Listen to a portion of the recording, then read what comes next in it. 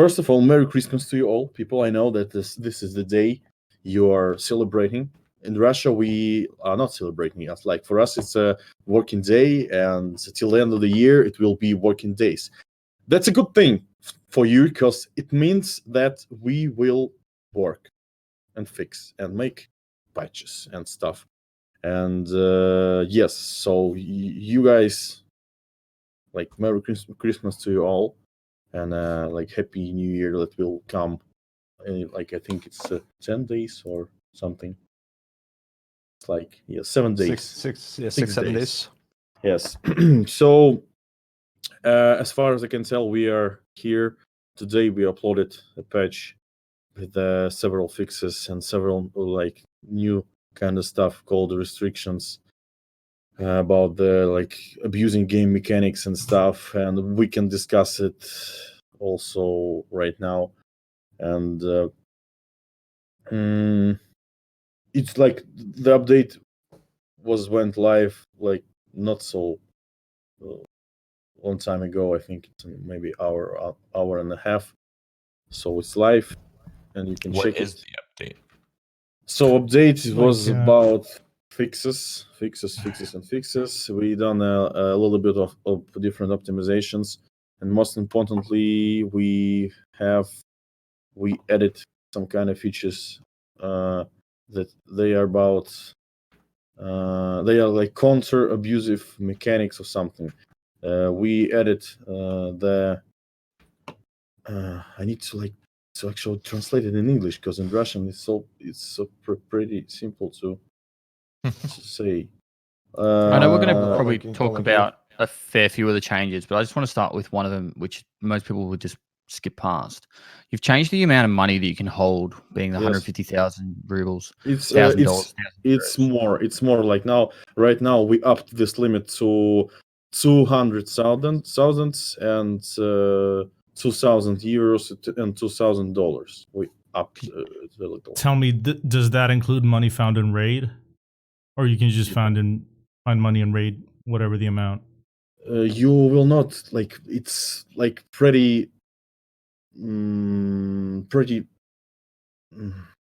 difficult task to actually find more than 200,000 rubles. Okay, yeah. I can't speak now because I didn't loot like Goshan and Idea those cash registers in our long. I know that people actually can loot the big amount of euros and dollars from the raiders, but again, it's not like so big amount of money. So if we even upped this amount like an hour ago, to 2,000 limits. So I think it will be all right. We can change it once again more. It's not a problem for us. So yes. Also, we made restrictions for secured containers related to special scopes, but it seems like it was not tested properly, and it still you have an ability to actually hide the items, special scopes within your container by using the mounts. And it means that we need to code it properly and make these restrictions properly.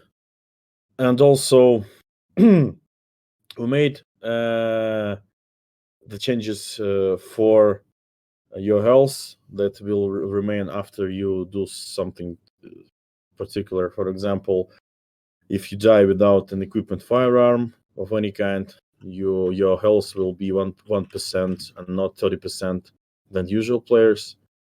Also, if you leave the raid by yourself, your health will recover only by 1%. Also, if you will get killed by your team member, you will also get 1%. And if you commit suicide, you will also have 1% of your health. This is not the actual solution for the hatching problems. This is just like an approach, just a small step to make to make the game flow in like slightly other direction in terms of hatching problems. So many people think that it's so stupid. It doesn't change everything, but actually, it's just an approach, just some actions taken to make something different, and actually to see how it will go, to test things out. And I think I think it could make some difference. And again, don't think that this is the final solution, and don't think that we did something like solid and like this is the complete step, like final step for us in terms of hatchlings and stuff. So did you basically say that if you're a hatchling, when you die, you'll have 1% HP instead of 30%? Yes. Is that what I understood? Yeah. Okay. Yeah, as long as you don't have a gun in your hands. Yes, Gotcha. and so like people saying that okay, he could go with the 1%. It's all right. Psychologically, as I can say it correctly, it will be less comfortable for you to actually join the raid with 1%. Actually, yeah, you get like hit by barbed wire or something. Yes, so you will be more fragile, and it's just an idea to have at least some percentage of hatchlings at least bring something into the raid, like a handgun or something, so actually like to shift the balance, to shift this unbalanced thing in a more balanced way in terms of hatchlings. And maybe it will work, maybe it won't, but it's still a testing phase, and we are wanting to test things. I think it's better to try than not try. Yes. At the end of the day, just to test stuff, just see if things maybe feel well or not. Yes. So also, if you get killed by a teammate, you get 1% the next raid. Yes, But does the teammate who kills you get 1%? Yes. I will describe you why this is happening. Because there is many documented, registered, like recorded cases of people trying to abuse mechanics in the pairs, in the parties. Like, you go ahead, boost skills up, and then kill me. Oh, you drop me the money, I will hide it. Okay, you can kill me now. So it's like it speeds up the process of actual abusive mechanics for real money traders, for like different mechanics abusers. So these changes were made just to prolong this like cycle of actually gain this advantage by doing something it was not meant to be done in the game. It's also about the skill level in cheesing. So we like added this thing too, like you will not be able to actually boost your skills point by point repetitively. It will be like slower and slower every single point you will gain. It's like, again, it's about the people who want to boost up skills, staying near the barrel, hitting their asses, and repeating this cycle all over again. Actually, I didn't like that idea, and I don't like that the game have the abusive points, and we need to get rid of them. Of course, somebody can say that it will touch like legit players or something. Actually, I don't understand how, because natural gameplay cycle will naturally boost up your skills, level up your skills without the need of actual repetitive like actions. You'll just like be playing and everything will be boosting up, so it will be okay. Yeah. Just like completing the gameplay loop. Yeah, that was an idea. The argument could be that if people didn't need to level their skills to such a high level for a quest or something, there would be no need to cheese them. Now, I know there's some people cheesing them like to get 51 strength and that to get advantage over other people. There's also people just trying to cheese their skill up to get quest done. Yeah. Maybe some things need to change just to get that balance better. Because I know getting 13 strength right now would be really frustrating for a lot of people. It's not strength, stress resistance. And sniper skill too. That takes forever. Yeah. Okay. Because like with like sniper, for example, like you get the same amount of points if you shoot somebody close range versus if you get like a headshot of meters. It's the same amount of points. Don't forget that if you stay and if you will not actually try to level the skill points, this like fatigue will be reset, and you'll be able to boost with the same speed. Again, the timers were set up for specific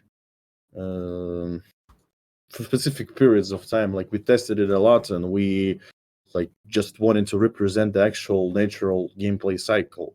Again, if it will be any kind of problems, we will change it because we can change it. We will change it because it's beta, and we need to actually make the game better and better. And everybody trying to forget this because actually we are trying to make the game right now. It's not a final project, and we need to actually change and balance the game based on experience, your experience. I feel like an easy solution for now, if there's no solution yet, like next wipe, maybe if there isn't a solution, I feel like an easy one is just increase like the natural flow and experience gained so that you're actually earning more for playing rather than cheesing. Because like, yeah, I could spam reload a bunch and get my sniper skill up. That's what I did because that was so annoying. So just increase the hits per the XP hits by a lot, right? And then just make it so you can make it just so obnoxiously like high for now, and it'll kind of make all those problems go away temporarily. Yeah, I agree. Actually, we designed and programmed this feature with the future ability to actually connect some kind of stimulants to this. Like you will be able to read books and have the ability to boost up your skills really fast. Like Fallout. Fallout has that. Yeah, it's kind of it. And I think so. Like for now, we need like the initial actual gameplay response from people, not the response before the patch, or like we uploaded the patch for 3 hours here today, and people made so many conclusions and so many like rants about it. Like it's like it's already done, it's already finished, you need to change it. People didn't even play it and test it out, and we need to actual responses right now. So we'll see how it will go, and we can make this boosts or something like the initial boosts of skill progression. It will be logical at least, and we can do it actually. I think it'd be cool, like either the library or the kitchen. You know, like maybe you could create like a unique meal. You make this meal, and you can only get it from the Hideout. And if you eat it, you get a 20% benefit to strength or something. Well, yeah, that automatically like puts in you actually going into the raid. Maybe it requires items only found in raid, right? So you would actually have to go in there multiple times until you've actually found certain items, and then maybe craft the meal, maybe leave it to cook for a bit, you know.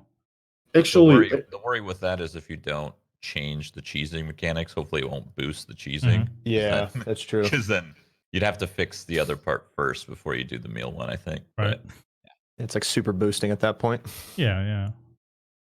Okay, that thing could be changed in the future.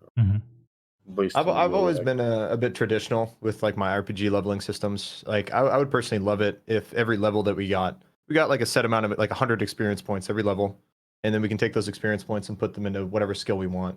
And like every 5 levels you get 200, every 10 you get 400. You can take those points and put them in your skills, so that way levels matter more so than just trader levels at a trader. The initial design of skill leveling system actually had the thing about like every single level of your skill, you will get the skill point that you could like spend on any other skills. So like it's more like traditional RPG element, yeah. And for some reason we didn't make it. I think it's just because we forgot to make it. I forgot to make it.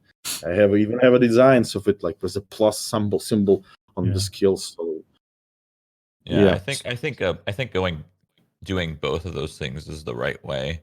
Having the route of earning skills naturally, and then maybe side stuff, like maybe you finish a really, really important quest and it gives you 1 skill point, and then you could be like, yeah, I want to boost this a little bit more.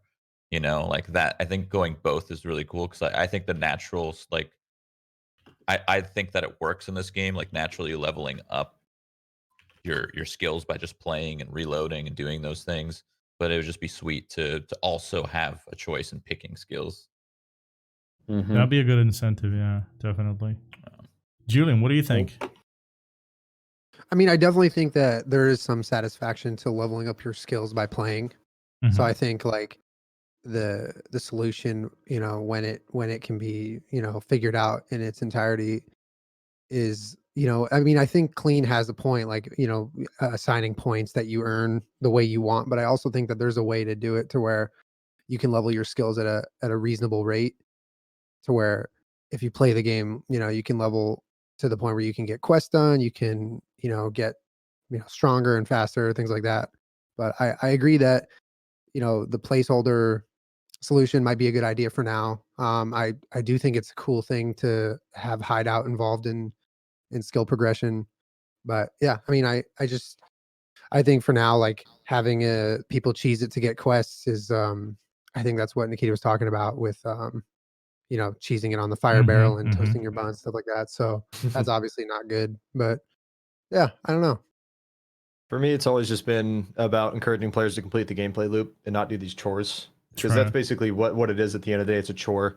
Players should be encouraged to go into a raid, fight players, loot, kill scavs, extract, complete the gameplay loop. In doing so earns you experience, and you level your character, you get levels, you get points to allocate towards your skills, just like every other RPG. But also being able to practice and be proficient with like using assault rifles. If you keep using assault rifles, you level up your assault rifle skill inherently. Yeah, I mean, sometimes I wonder, what is it going to look like when there's no more wipes, right? Are you going to rush the end game right away and like, then talk of a prestige system comes into mind? The thing is, like, you people here, like you're like the people right on this podcast, you played and playing Escape from Tarkov a lot, and especially Pestily, he's a maniac. He can complete the game within 2 days. He just hit 40 since we started. 1 day. Yeah, you got Kappa in like 2 days, right? Nah, it was a week. It was a week. And you know the game. You like. But that's all knowledge. That's all knowledge. That's not because and knowledge and time. I know where the quests are and know how much time. And it like takes. you don't get bored, like ever. No, you just keep bringing something new, something interesting. Like the patterns, every single wipe, every single like the period of the big patch, it's patterns. Right. Like we learn them and we use them. With the big update, we try to change them. And I can say you that the development of EFT is the war with patterns. I hate patterns in the game. True. I want to get rid of them really, really, really hard. And it's really hard, especially with the game with a lot of player base, with a lot of concurrent users. It's pretty hard, and especially it's pretty hard that the vast amount, that the majority of the players is the regular players, not streamers, not like the fans, like hardcore fans, not even the hardcore players. It's just players who want to play the game, and they don't have so much time to actually complete the game. I know that right now there's a lots of players who like leveled their hideouts like by 30% or 40% from the start of the 0.12 patch. So they played slow and they love it.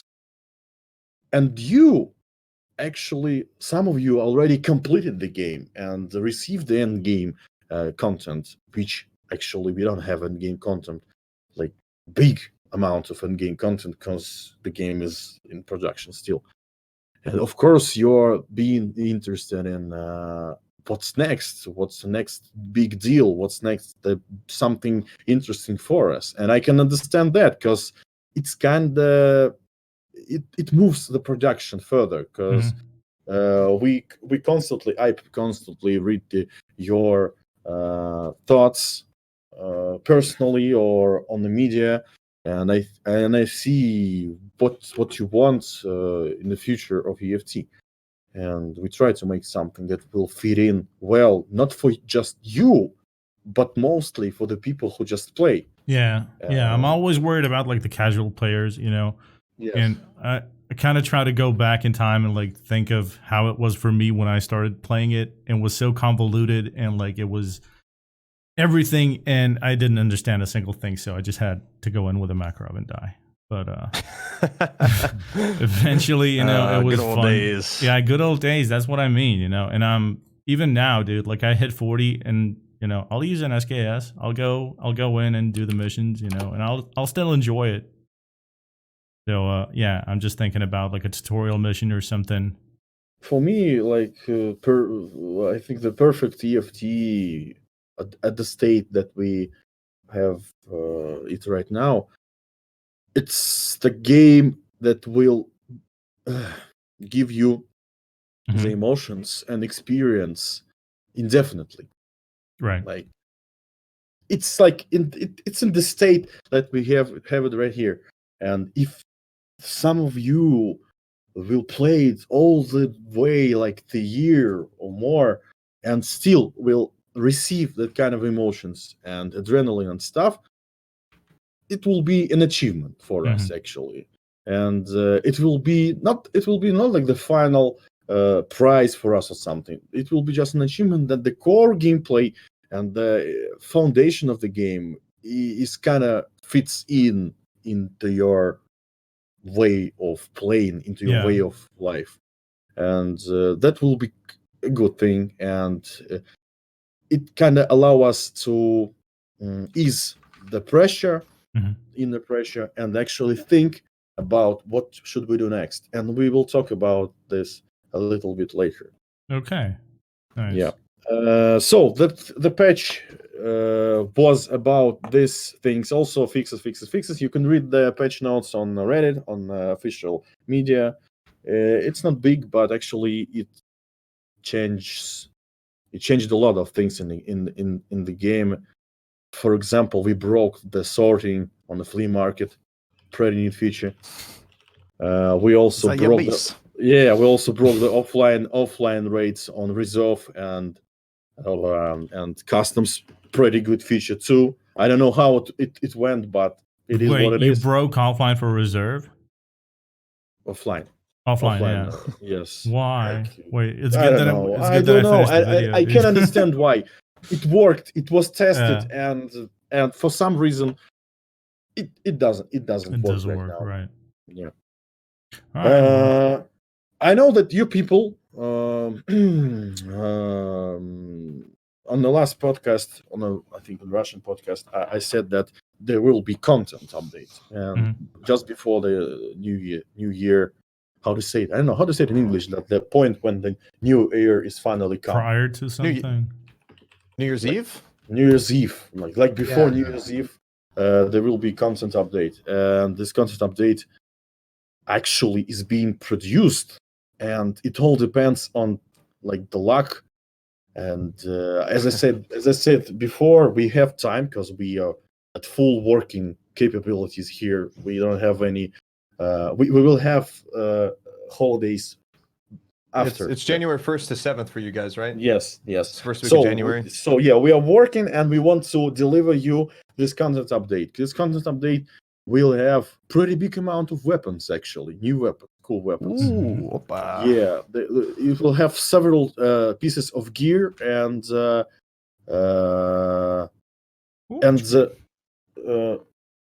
special quest for obtaining the tracksuit. Oh yes, kill 100 times. It will be so like grindy.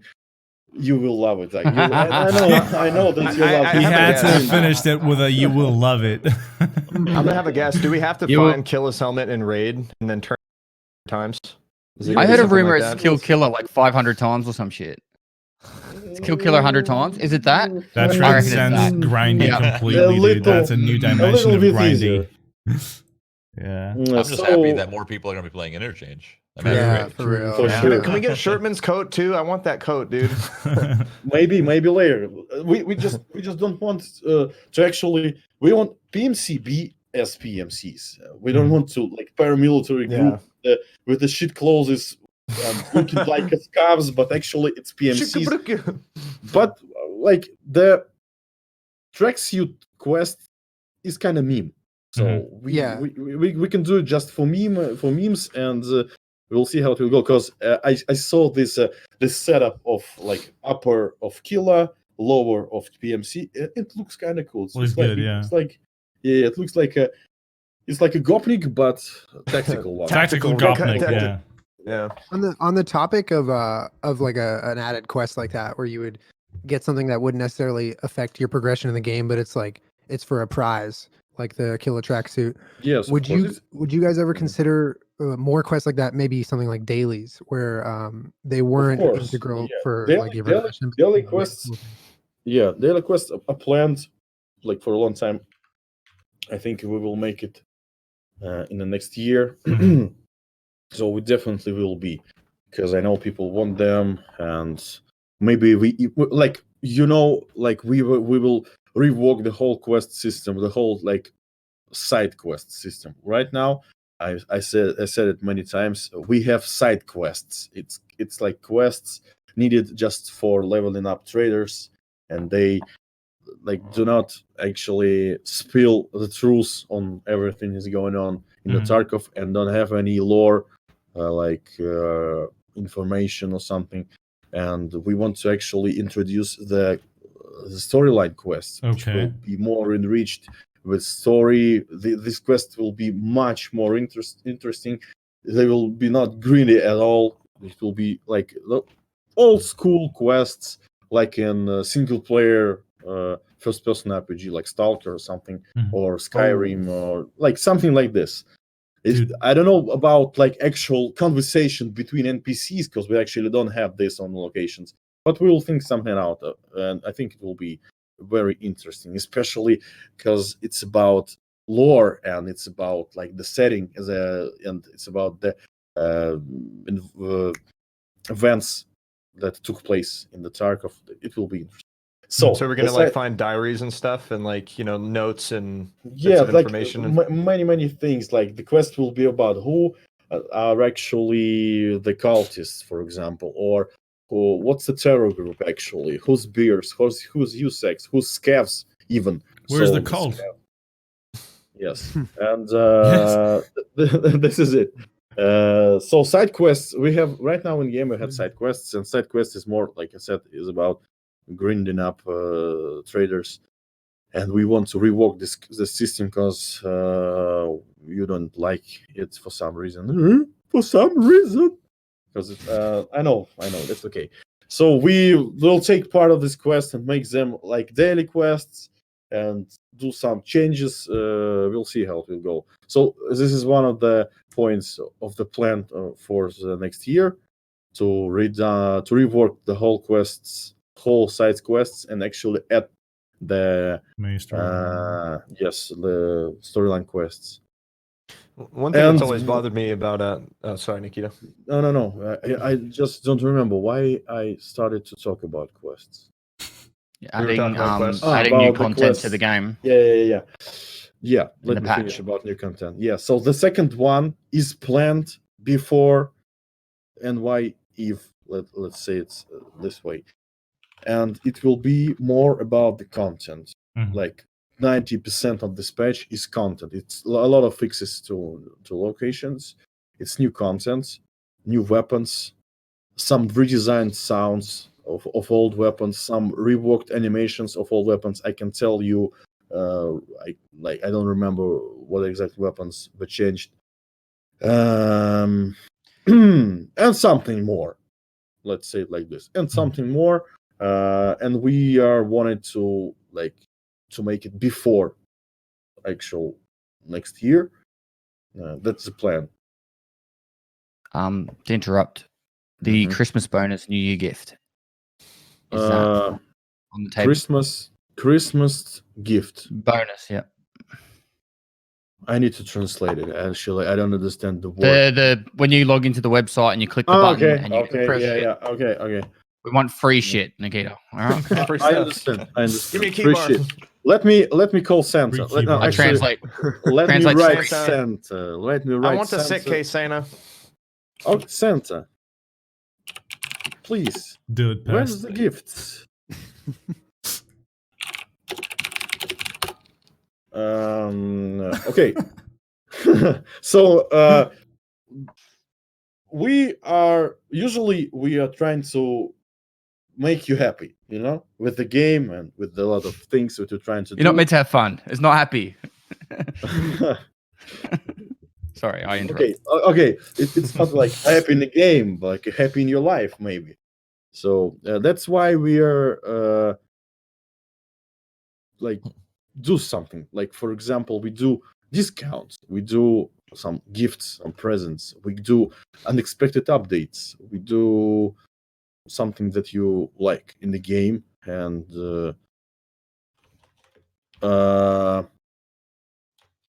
as we speak, I just said it to my colleague to actually enable on the site this, to actually give you the new gift. Mm-hmm. So actually, we had a gift like old one, and we will renew the gift right away. I think maybe 10 minutes more, and you'll be able, everybody in the chat, every player, you'll be able to redeem the gift from the site. Actually, the site will be dropped for sure, I think. But Crash the website. Challenge Crash the accepted. website. yes, rip website for sure. So yeah, this is the first thing that I wanted to tell you. Like, actually, in the 10 minutes, maybe less, you'll be able to redeem your Christmas presents from the site. Actually, I don't remember what it is. It's kind of weapon, maybe case. You'll see. Also, if I had a list of the features of things. So actually, we're trying to do a lot of things in this period before next The new year? the new year, and I can tell you what exactly, because I like surprises. I like give surprises, because for me it's a good thing. Like, you didn't know, and then you have something interesting and beautiful. So we have another thing that we wanted to tell you, introduce to you, and I think you all people like on the podcast know what I'm talking about. I'm talking about the Twitch drops campaign. Yeah, you can show them the picture. I did right when I said da. And Yeah, so the Twitch drops campaign, as you know, is a thing that you can participate in it, watch your favorite streamers streams, and get the gifts. Get the gifts, a lot of gifts actually. It's in-game items, a lot of them, and this is it. I see some T7 thermals there. Yes. So there is for you, that's a pretty easy chance to actually have a lot of in-game presence, just watching your favorite streamers on the Twitch. Like, on the Twitch for now. Maybe we will expand it for every other platform, but it's a Twitch thing right now. And this is it. So yeah. oh, So you will receive more details with the also I'm just being told that the gifts are available on the website. You go ahead. Yeah, I see it. Yeah, you can redeem the presents. So You yeah, need spam protection though. Can't spam it. If you spam it, it won't work. Don't do that. Yes. listen to the man. So this is about the Twitch drops. Also, there will be more things, I hope, especially this content patch, because it's really cool. I really wanted to, like, I really want to make it real, because actually it took more time than today's update. We did this updates like simultaneously, and it will be cool. Are there going to be any new features, or is it just mainly like items and gear? It's more like yes, like items, gear. It's a content fetch. The new features will be in the next year. So to like let's conclude. Let's wrap things up about this year. I think this year was very good for us, because it was a long year. It was all about the 0.12 patch, and 300 days. Yeah, the amount of events was kind of zero. Like we didn't have anything. We didn't even participate in any like offline events, like expositions, like conferences and stuff. We just sat over here and tried to make the patch of your dreams 0.12. So for us, it was like a pure working year, and at the end of it, we finally did something good, I think. And I think you all liked what we did, and especially with a lot of things fixed and added and stuff, and many people like saying that the game is the best state right now. No, absolutely. Yeah, and I can say you that this is not the top level. Like it's not a top tier. The whole like big amount of cool features are in the plans, and the game will be more and more interesting, and more hard, and more like memorizable. So we can like discuss what will be in the next year. And for now, I want you to say something about how was your year? How was it actually? And what can you tell about it? How was it? How was it? Like your feelings, your emotions. Like how was it? Let's start. I already said I started my thoughts at the very beginning. You guys remember? No. Really? Yes. I could be last. Yeah, I mean, first of all, I definitely think, Nikita, you did something great. Like you said, you guys worked really hard, and you hope you did something great. You definitely did something great. I mean, 0.12 for me and most of my friends and people I play with feels like easily the best the game has felt, kind of ever. And we were waiting for a long time, but when it came, I think I was in the majority that I was pretty surprised with how polished and how good the game felt. Obviously, with any new patch, as big as that, there's going to be problems, and I think like they've come a little bit, but for the most part, I mean, it feels like a new game in some ways, and I think Hideout is cool, just based on the fact of the incredible potential it has. It's a cool new feature, and it's been fun to level up. But I think for most of the streamers, like myself and the guys here, we've maxed it out. So it's like, what's next for Hideout? But I think aside from feeling really polished and the game just feels like really fun, it's the potential and the excitement for what's to come that I feel like 0.12 gave us. So, and yeah, and then the constant updates with patches and content, like getting new content and getting fixes without a big wipe is really, really cool. And it feels like how it should be. So we appreciate that. And I'm just excited to see that, be more common. Nice. Pest. Okay. Well, obviously it's been a really good year. Shit. Everything Julian said for starters. Really good year. Also, Merry you, Christmas. Yeah. It's 6 a.m. for me, so on Christmas Day. So Merry Christmas, everyone. I forgot to say that earlier. Yeah, it's been an amazing year. The thing I hate about Escape from Tarkov, and this is not to put a downer on it, it's ruined every other game for me. So I hate you for that, Nikita, because I can't play first-person shooters anymore without getting bored. I can't play like games. Like when I started to make EFT, I started to play games less and less, and I don't know. I need to So I should complete stop the playing, EFT. is what you're saying. Yeah. I'm about to start It's hating just- everything else. Yes. It's just like Buddy. I just wish other games would take on some of the ideas Escape from Tarkov does, but Escape from Tarkov is also taking ideas from other games as well. You can see it with stuff like the flea market, which I think you said that came from EVE Online, if I'm not mistaken. You kind of Yes. wanted to have some sort of like that. So yeah, up and up from here. But just keep going with the vision. I'll be playing this game forever. Nice. Don't listen to us filthy streamers, Nikita. Do what you want to do.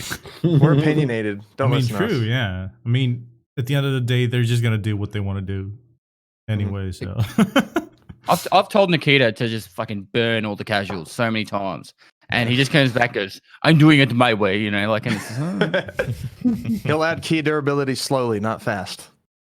yeah.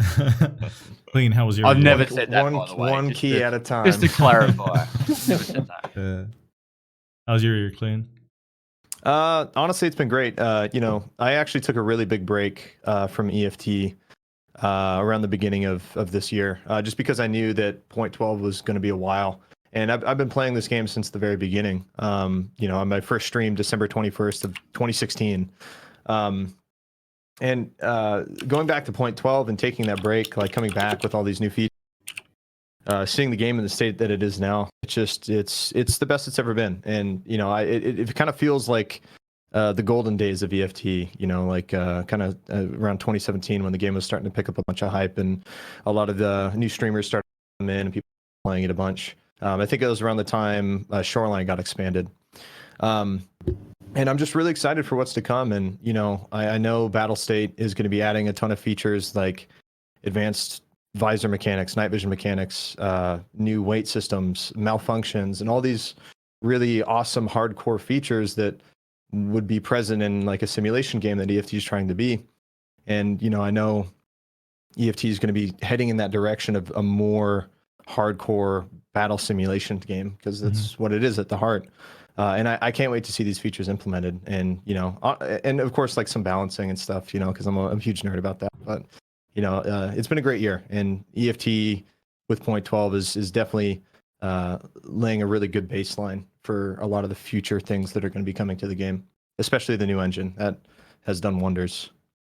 Nice. I wanted to ask Shroud, dude, you've been playing a lot of different games, and how's your switch to EFT?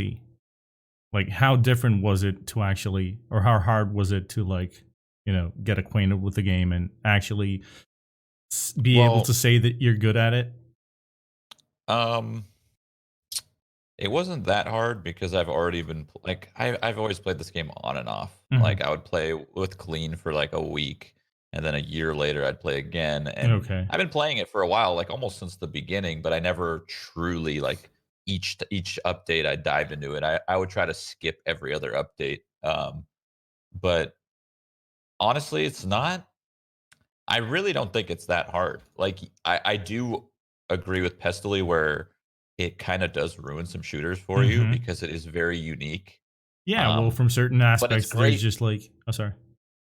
No, I was gonna say it's great because it's unique and it's not that hard. It might look intimidating, but like once you dive in and you play with the guns and everything and you learn, I mean it's just awesome. So for me just I can't stop. I've been playing too much. My chat knows. My chat knows I've been playing way too much. So it's rough. It kind of is slowly starting to ruin other games for me, but I won't let it win. Okay, I won't.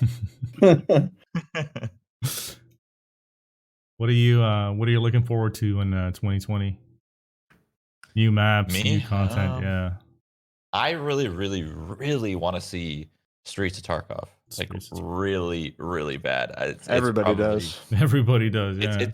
It's in my mind, like I've always wanted a game with a map where it's these multiple buildings, massive buildings. Each urban room combat, you can enter. Yeah, like urban combat. Each room you can enter. Each balcony you can enter. And in my mind, my vision of Escape from Streets of Tarkov is that, you know, we're going to see these massive buildings with, you know, 10 stories, 20 stories. I don't know how big, but still the idea of like being able to see that balcony and you could go on it is something that I've always wanted to see in a game, but usually they kind of, you know, they block some doors here and there. I don't really like that. I like being able to enter all the rooms, you know? Imagine the sniper battles between windows and skyscrapers. That would be Yeah, super just constantly Dude. changing positions and whatnot. Rappelling. Oh man, that would be awesome.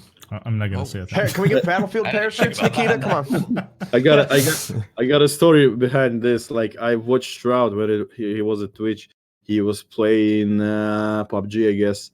Yes, PUBG, and he was playing PUBG, and it was that session when he played EFT with Clean, and and not exactly this session, but like before, and he was constantly talking about EFT while he played PUBG, and he said he said it will be so exciting to actually have the city full of buildings and lootable buildings. I donated him $10 and started making Streets of Tarkov. No, and said in the message it will be in the game like you described. And he didn't notice that because he was so many donations. That sounds about right. Yep. So yes, actually, we started to produce Streets of Tarkov, and we are pretty scared because initial plans they're so huge, so many buildings, 10 or 13 or even 15 store buildings. It's pure madness. For I bet that's an optimization nightmare. Yes, of course. 1.5 years we started to make the Streets of Tarkov, and it was hell. And we actually completed the resolve, and 2 weeks later, in the early December, we gathered up all together and on the meeting and starting to discuss what should we do in the Streets of Tarkov. And we decided to actually redesign the initial plans. And I said to people, just move the houses, move the buildings a bit. And they did the whole new location with the half of 100, I think, buildings more, underground parking lots and so many things. The park was it will be parkside area, and they increased it 5 times. I was telling them what the hell, are you crazy? But I don't know. This is this is the most challengeable task in terms of level design and environment art. It will be the most challenging thing. It will be our final exam. The reserve was kind of cool, unique, and it raised the bar. And the Streets of Tarkov will be the masterpiece. It will be the masterpiece, yes, the most advanced and the most detailed and hard and lootable and exploitable. Can't wait to level strength. Due to a lot of details and a lot of bugs, it will be exploitable for sure for the first 2 weeks or maybe more. And it will introduce 2 bosses on the location on the same time. And it will introduce the critical storyline quests also. And it will introduce the laboratory entrances also. So it will be the Tarkov itself. It will be the map, the location, which lies in the name of the game. And it must be cool. Yes, it must be cool. It must be the best. It must represent the modern city, Russian modern city, with a lot of cool and beautiful urban environment. And the concept of this location is it's a city of scavs, but not that scavs roaming around on other locations pretty stupid and looking like shit. It will be organized groups of scavs. It will be new type of AI. It will be scavs, but they will be in groups, and they will behave like the organized criminals or something. And they will have different patterns of, for example, they will loot apartments in not like this, they just roaming around the location. They will have patterns of movement. They will look like a real looters, like a real marauders, like a real life, and it will be cool actually. And will they actually be able to grab items and like kill them and then grab the items that they looted? That's cool. like but the introduction of this new type of AI, we want to add the peaceful behavior. We want to make them sit, actually eat, talk, smoke, actually. Drink. Yeah, like we want them to look like a real persons, like real persons, and it all together, and many features that will be in this location. It all sounds scary for us, actually, for me, because I know how many time we did a reserve location, and we planned to do it like in 3 months, and we did it like for 6 or 7 months, and it was not cool. And I can't be sure that we can right now at this moment. I can't be sure that we will stay on this line in terms of deadlines and stuff. So we need to actually think big to actually be in this time scale and release this location in the next year. And I don't want this location to be released at the end of the next year. It will be pure hell. That's why we want to make 2 locations. That's logic. We want to make 2 locations. Like we will expand the team, and we'll start to make the lighthouse location, because it's more like shoreline. It's natural environment location with it will be the USEC location. They will have the big water facility, and it will be the base of USEC. It would also be connected with the railroad system, and you will have the train extract. And then actually we can make a really cool feature that the train extract on a reserve moves you to a lighthouse location. So that's cool. you will exfil from the reserve, and you will spawn on a lighthouse location. And like, what the hell? We need to survive. Yeah, we need to survive lighthouse location too. And lighthouse location will have new boss, and he will be sniper called boss, right? Yes, he will be called in Russian Zryachi. Zryachi in English is like seen person, He will be a totally mystery character. I will not tell you more. Like he is a mystery, and he will protect the new trader, and you will not be able to actually easily conduct operations with this trader, because if you will try to get closer to the trader, so the trader will be physical being on this location, and if you will try to approach the trader, you will be get killed by this sniper boss. So the history like about this will be expanded more further next year, but this is it. And of course, the all other old locations will be enriched with the new exits, with the new mechanics, with the new interchange and shoreline needs new extractions. Yeah, actually, we want to redesign, rework factory, and add more rooms and more explorable. It's the best map. Yeah, and we want to like make the graphical overhaul, not only for like factory. We want to actually replace and redesign all the vegetation that we wanted to do. So I actually started to tell you what will be in the next year. And it's exciting. Yeah, the main thing that we want to do in the next year, we actually want to complete the game cycle. The main goal for us in next year is complete the main game cycle. So you will actually escape from Tarkov.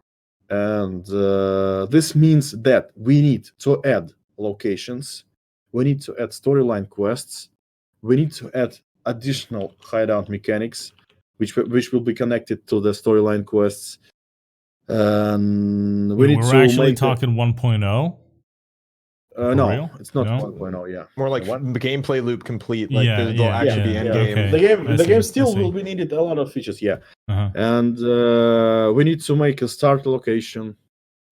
we talked about it on the last podcast. It's a location for newcomers. It's like the single player, like it's like single player location that will at least give you some information and some tricks how to play Tarkov, like basic information. And it will, of course, it will be like an environmentally and story-rich location. So it will start the story of your PMC. He starts from a bombed HQ of terror group in Tarkov, and that's where the story starts. Like, and we will make the final location. It will and it will be also kind of single player, but it will be not single player. It will be multiplayer terminal location. Yes, terminal. And this is it. So, and all the features between this, they will like enrich everything and make the game feel complete. Like the game feel like you will be able to actually tell people that you escaped from Tarkov, for example. But it's not possible, of course. But Tarkov will never escape you. Does that mean once you escape from Tarkov, you can't play anymore? That's it? You're dead? No. You gotta buy another copy, dude. Yeah. Congratulations. You can start again. You can buy $40. Yeah, for $40. No, you will be able to continue because the game and the game world will be expanded in the DLCs. So the history will not stop at the end of the game because I already designed like 6 or 7 DLCs with the expansions. Ooh. Yeah, Ooh. it will be some of the features will be like just about scavs. For example, DLC called Scav Life will be about scavs and leveling up your scav. Scav Life, yeah, like a Sug Life. And there will be the boss gameplay. You will be able to play as a boss. There will be Scav Karma and Scav Tasks and Scav Market and Scav everything. So it's like Scav MMO. Yeah, and for those who like to play as Scav, it will be like enriched gameplay for them.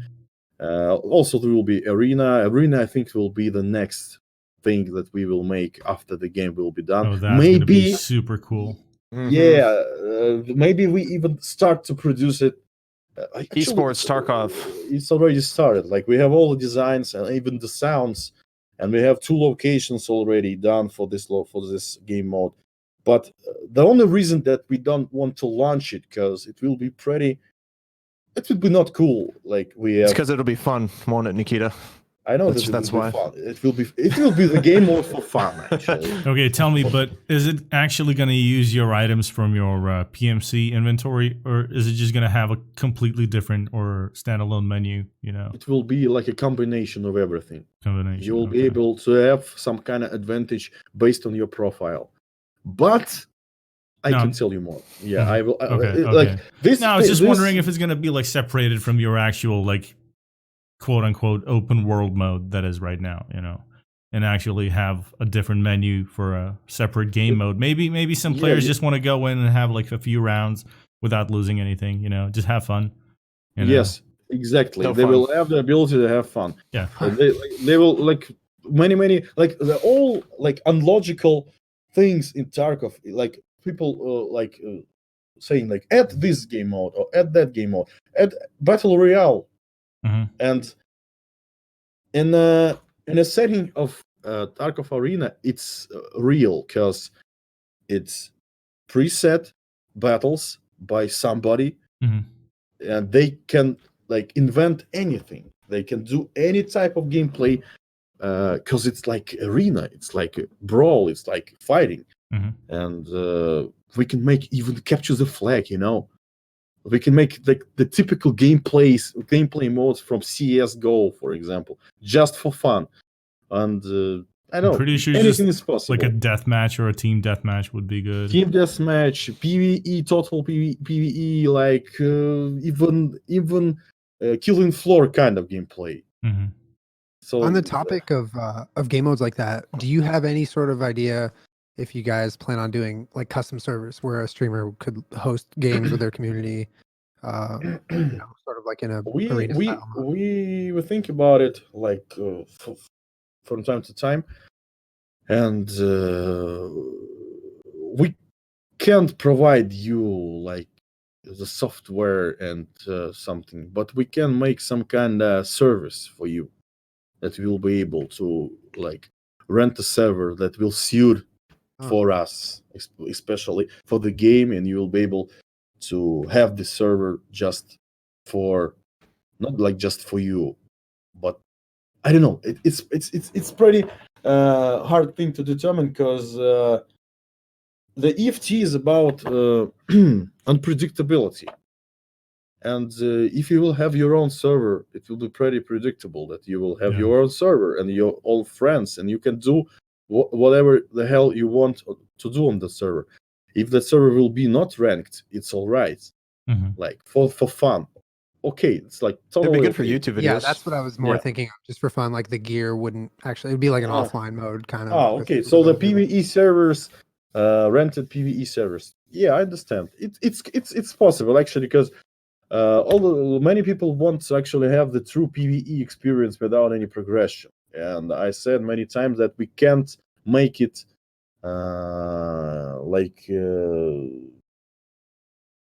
like we need to actually have server for it, because because bad people which roaming around will disassemble and make the like offline version with the server support, and it will be not cool. Not like it's like some kind of we will lose money or something. The quality will be not representable. That's why I don't like pirate gaming, and like all the stuff like downloaded via torrents and stuff. Like the quality will be not representable, especially with the game like EFT. It constantly updates. And we can have 0.9 and we can have 0.12, which make the game different. And they will have the old version on 0.9, and it will not be representable. People who play it and think that the game is shit. Yeah. And it's not shit, I think. That's the idea. Sorry, I just got a question about the whole, like, back to the new players. Would it be possible, or I don't know if it conflicts in any way with your ideas or suggestions about the game, to have like an offline stash so you can actually go out with and bring loot out of the raid, out of offline raids, which you after that wouldn't be able to go in with online raids, you know? So just have a separate offline stash. I think that's one way of introducing new players to the game.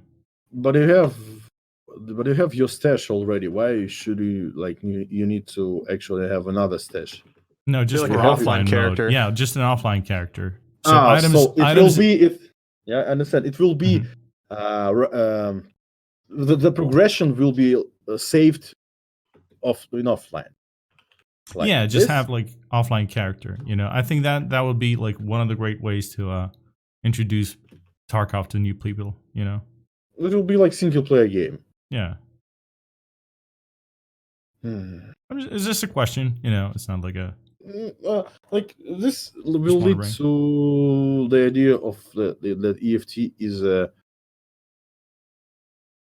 I think it would ruin the hardcore mode of the makes sense. Like I'll just go play my own little right. We have some kind of philosophy that the game is hard, and it's hard in online especially.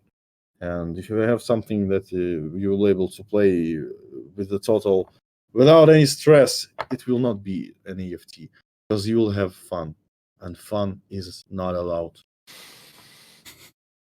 Except in arena mode, right? Yes, arena mode is totally fun. Like,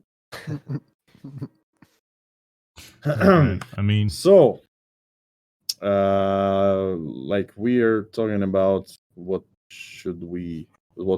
will we have next year. I can tell you more like what you want to hear. Steam Audio, that's new. The better sound engine. I will not like give you details because I like told it many times that this is just a new sound engine that will propagate sound correctly with the bounces and stuff. It will be better. VoIP, compass, customizable rigs, flea market metrics, just to like see the prices and like the graphics and stuff. There will be a lot of things related to Hideout, like different kind of modules, new areas. I think we will definitely add the gym. You'll be able to level up your strength. Also, the repair module, the crafting, like the sewing model to make you clothes, tactical clothing. And the refill center is about like you'll be able to repack your medical stuff, like medkits and everything. And most of all, I have an idea like to make all the crafts in the Hideout to actually be looking like crafted stuff, because it's pretty lame to see that you have the metal scissors and the canister and you'll get the ammo case. But it will be cool that you will actually have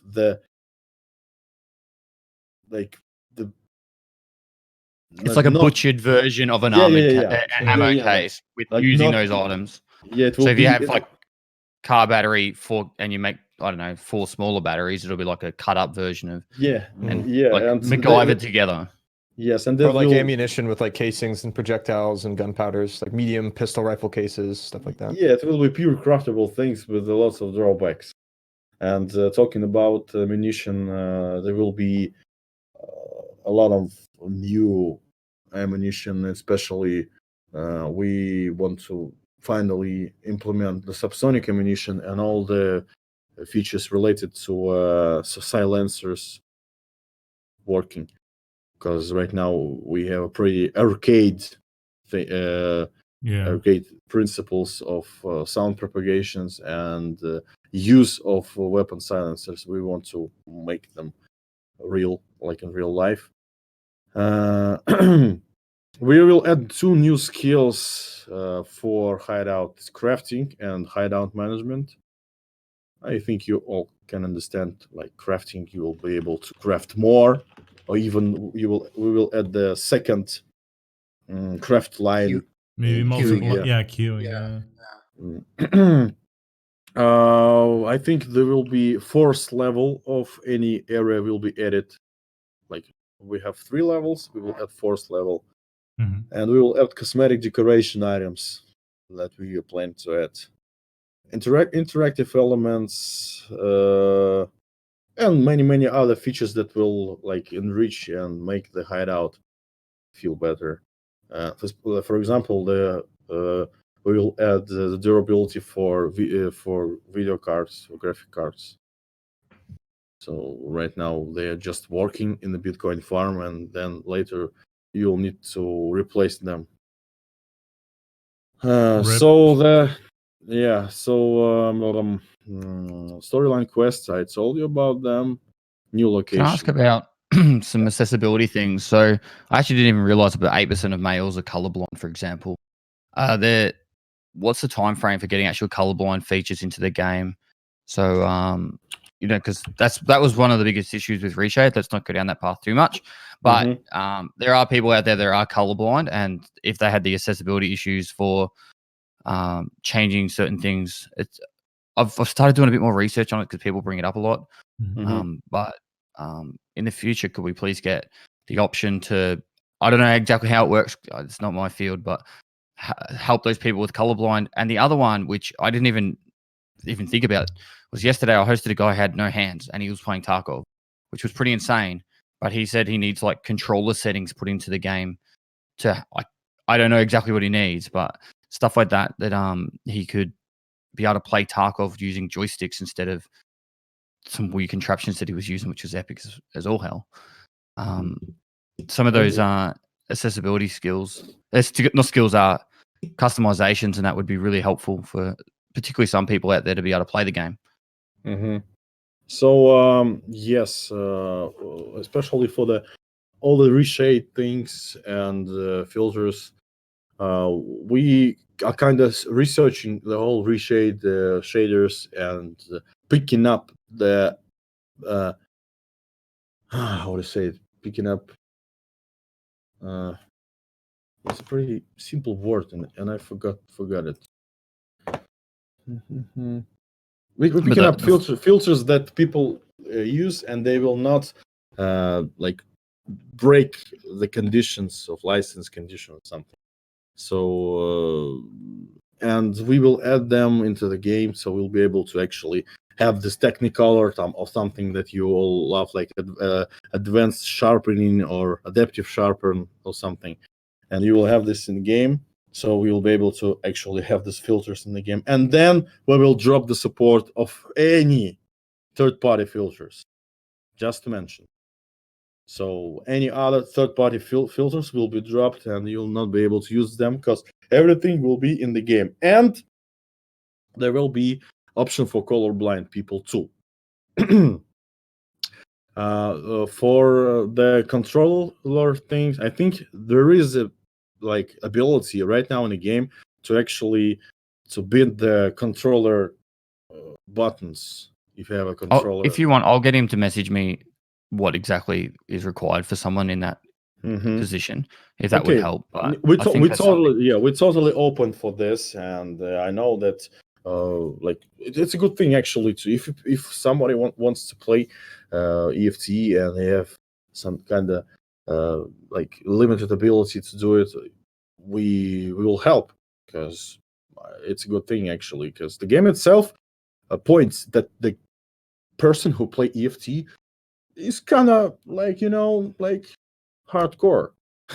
It's not like even if you try to play it, and he states that he can't play it anymore because he don't know how to play it, how to get loot, and how to survive, and he really wanting to get good. It's respectable, and that's why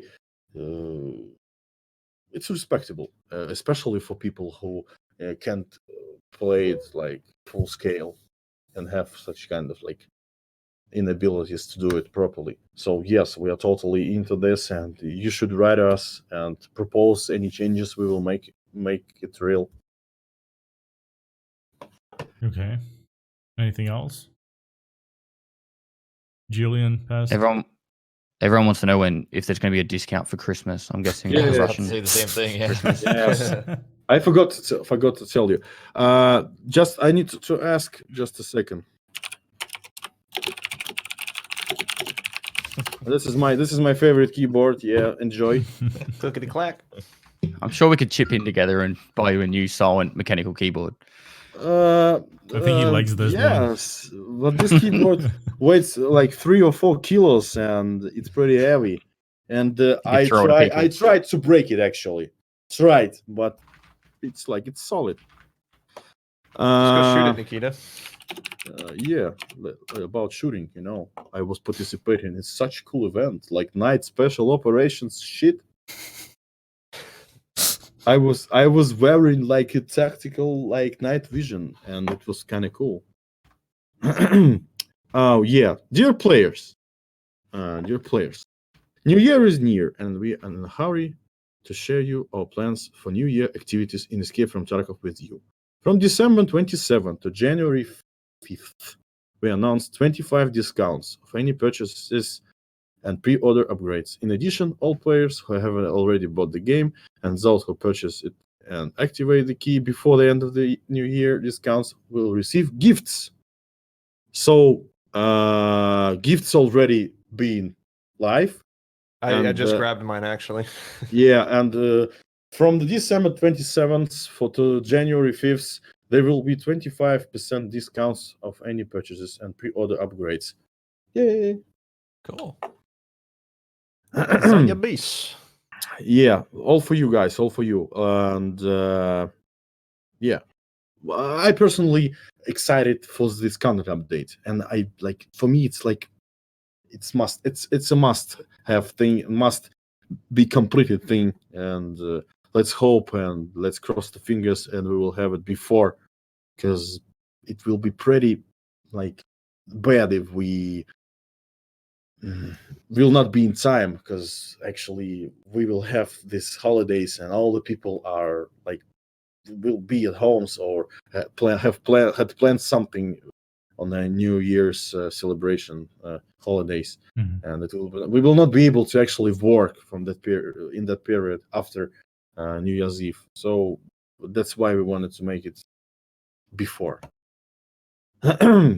So what next on the next year things? There will be a lot of new customization options, like uppers, lowers, like many, and finally we will add customizations of faces. For now it will be just different faces. Maybe we will add the customizations of facial hair, but it will not be like full customizable thing like in Fallout. Yeah, because people will make so stupid faces, and especially with the VoIP, it could be it could ruin the immersion. Not Modern immersion. Skyrim. Oh, look at me, look at my face. Green eyed, like yellow face with the 3 eye. So, But But he VoIP, shoots good. Yeah. Are you guys worried at all about introducing VoIP and then kind of just it killing the voice lines? Because once you Yes. introduce VoIP, all the voice lines are going to be kind of useless, Yes. Yes, I'm kind of nervous about it, but I know this is a standard for the FPS, like online FPS, especially like survival FPS. And yes, we did this a lot of voice lines, and it's still it could be used for the people who just don't use VoIP. Me, for example, I don't use VoIP at all. But again, I will be able to actually cooperate and communicate with them, because they will use VoIP, I will use voice lines, so it could be all right. Yeah, against it just needs to be tested, because yes, there is a high chance that the voice lines actually they are not being used right now at full scale. True. But again, it could enrich them in the term, so they could be used more with the introduction of VoIP. So it all needs to be actually be seen in the game, because as you can understand, the EFT is not a game like every other game, and the typical feature that could be in other game could be different in terms of player experience in EFT. This feature could behave. This feature could give like totally different feedback, and that's why it's hard to implement something. That's why it's hard to be sure in something, because you don't know what it will change in how people will react. That's why we need to test it. Okay, well, so one more question about VoIP. We know how some people will act with VoIP. Is there going to be any sort of way to moderate that? Like, let's say somebody's just running around and just, saying stupid stuff, right? Is there going to be a way that that person can be reported and eventually get banned for something like that? Because that's going to 100% be in the game, and it's going to be. I mean, for me anyway, I'm probably going to have VoIP off, but yeah, same. You might want VoIP, and then if you have it, it'll get ruined by that experience. You'll never turn it on again. Whatever. Is there going to be a way to get those people banned or reported, basically? First of all, you will need to kill him. True. True. Shoot him. Yes, and I think we will add an option to report him on his dog tag or even on his body, like to report like on his body in case you don't kill him or whatever. Yeah, because we can't allow you to have the information about somebody roaming around you talking shit via VoIP, because it will give you an advantage. Yeah. And even he will say some stupid words and some stupid things. it will give you the advantage for you to kill him, because you will be able to actually know he is in vicinity, he is nearby. And like I said, the EFT is about unpredictability. It could ruin the core principle of the game. You don't know what to expect and who to expect on the location. So that's why we need to make something more like complex, maybe more intelligent, to actually report such kind of persons. I know that totally, like in many other games, they will just like put on the music and go with it, like on the map. Again, we will make things like we will make some specific changes on AI. The AI will try to kill them on sight without any like doubts. We can actually make them. They will. How to say it? Like they will converge AI on this VoIP abuser location. So again, it could be a mechanic. Like the whole thing of VoIP could be a totally different mechanic. Like people who want to actually talk and cooperate via VoIP will have a new experience, and everybody will have new experience. But yes, the persons who will abuse this and say some bad things, he must be punished. And the main punishable option, option to actually to take action against this person is to kill him. What about the feature where like you go up to people and you go, "Bratish, давай вместе," or like, "Hey man, let's work together." Would that be a way to where you could get their name without having to kill them, assuming that you want to talk and cooperate? Actually, we have the option right now when you like say when you greet somebody. It shows their name now. Yeah, and he shows his name. Yes, so we can do it. I think if you like the VoIP, it's a proximity-based sound system. Like it's not like some protected channel or something. Protected channels will be on the headsets and the radio set feature. But classical VoIP, it's like voice in proximity, like in a close distance. We can make the thing like if you are seeing the person who is talking, you automatically like can get something like press something to greet him, or like he can say something with the specific button pressed, and it will be like greetings, and automatically he will see his name, and you will be able to actually report him later. So this feature right now is on the state of technical production. So right now we want to just make it like cool, and especially like the most advanced feature that you will not like find that level of detail in other games. And then we will try to wrap it up with the controls and these different requirements, how to actually cooperate, talk with each other, and have the ability to report him or actually see his name on something like this. So right now it's more about technical like production, technical production. I don't have so many words. Yeah. I'm gonna backtrack here for something that I just wanted to say. So you know how you guys are trying to like, I guess, fix the hatchling situation.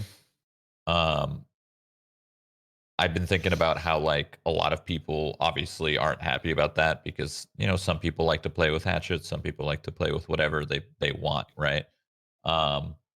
So what if there's some sort of alternative to like let the people still do hatchlings if they want, or obviously there's going to be more of a risk, but also making it much more of a reward for going out with gear. So like the big problem is, let's say you're a PMC and you bring out 500k of rubles, right? 500,000 worth of gear, right? And you gamma 200k worth of stuff.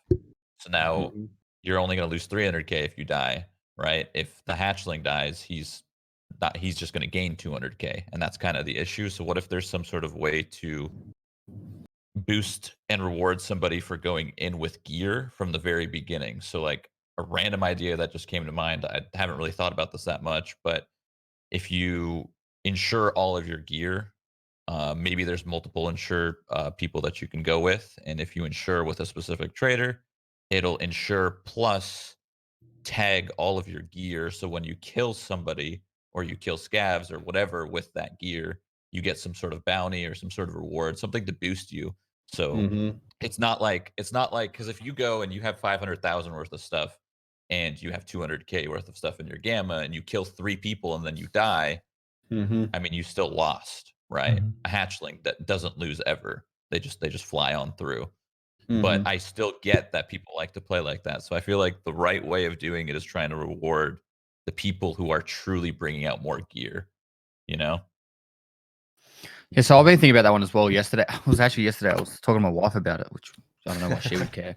But I was just like, because every time you go in fully gear, a fully geared person killing a fully geared person actually gains less than an under-geared person killing a fully geared person. So, which is okay, understandable. But if people are going in constantly with no gear, and I don't care if people want to hatch it, go for it. It doesn't bother me at all.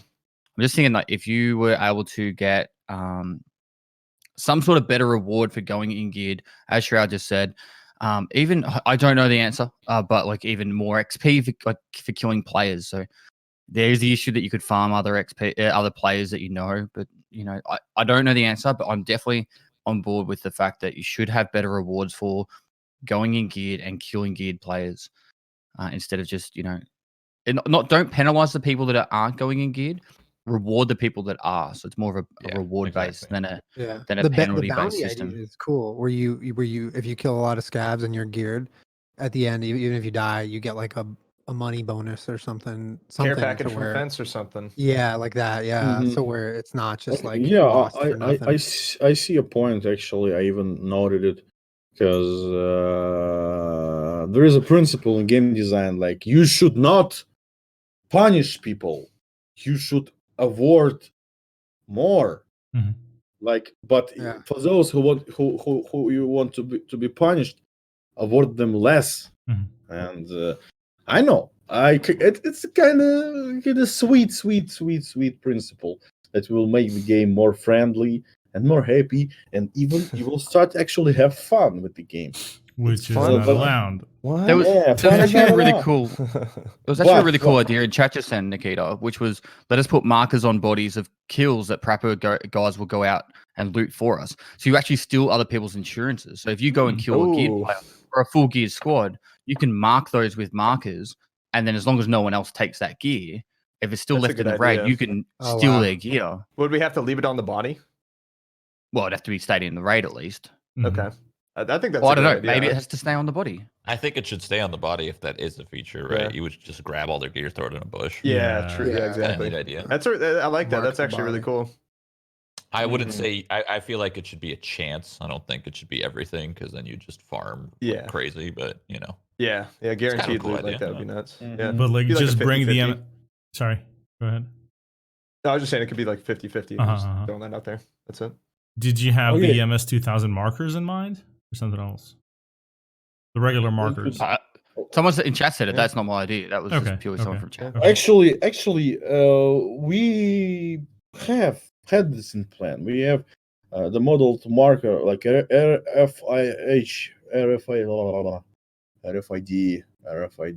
marker or something.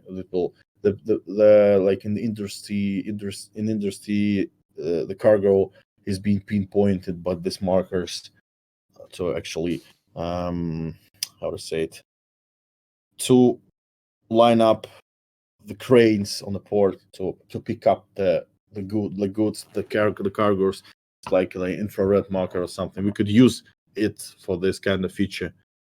and I think it was written in the end game list. I have an end game feature list. It's also cool features like a cell phone, like satellite phones, and ability to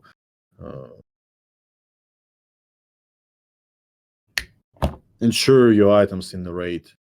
Like you find something, you have a phone, you pay some money, and the item will be insured right in the raid.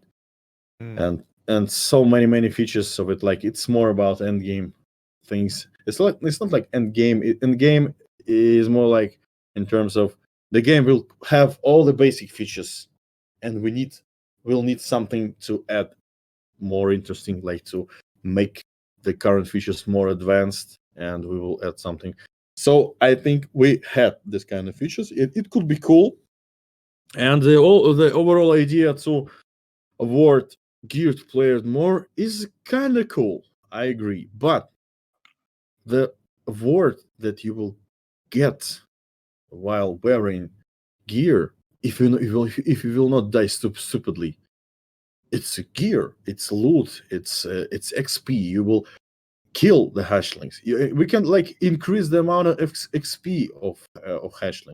Like you will kill hashling, you will receive 2x bonus, and it will award you more, and you will have more chances to actually survive. And I think personally, I think the hatchling problem is not a problem at all. It's been exaggerated, and people being overreacting, because it's not so a big deal actually, because they just will steal some loot, and that's all. Their survival rating will be poor. They will play the game not like it will be not an interesting gameplay. They will not have these emotions that you have in geared battles. They will be just like the couriers or something, like roaming around, like people without a soul or something. I don't know how to say it. They're just roaming around and trying to get anything, and they die constantly every single raid, one at a time, like constantly. It's not actually interesting way to play Tarkov. But of course, people will say in the chat, and like, this is the only thing that I can do. Then get good. Just stop it and try to play the game as it intended. If you can't play it, then it's your call, and you will be killed. And it's good. It's a good thing that we don't have any restrictions right now, because it was planned a long time ago that the sum of the location will require specific survival rates to enter this location. And the hatchling has a really, really low survival rate. They will not be able to actually enter this location. And there will be a trader that the initial requirements will be the survival rate. So some restrictions will be applied. But the whole problem, like, it could be managed, but I don't think that it could be managed harshly and without proper testing and without any like different approaches to have this problem regulated. And actually, it's not a problem. But this is like my position on it. So we just need to think further, think deeper, and it's already been regulated. You kill them constantly, and with the last update, they will have 1% of HP, and you will need just to, throw a rock, and they will die. So we need to test. We need to see how it can go. Yep.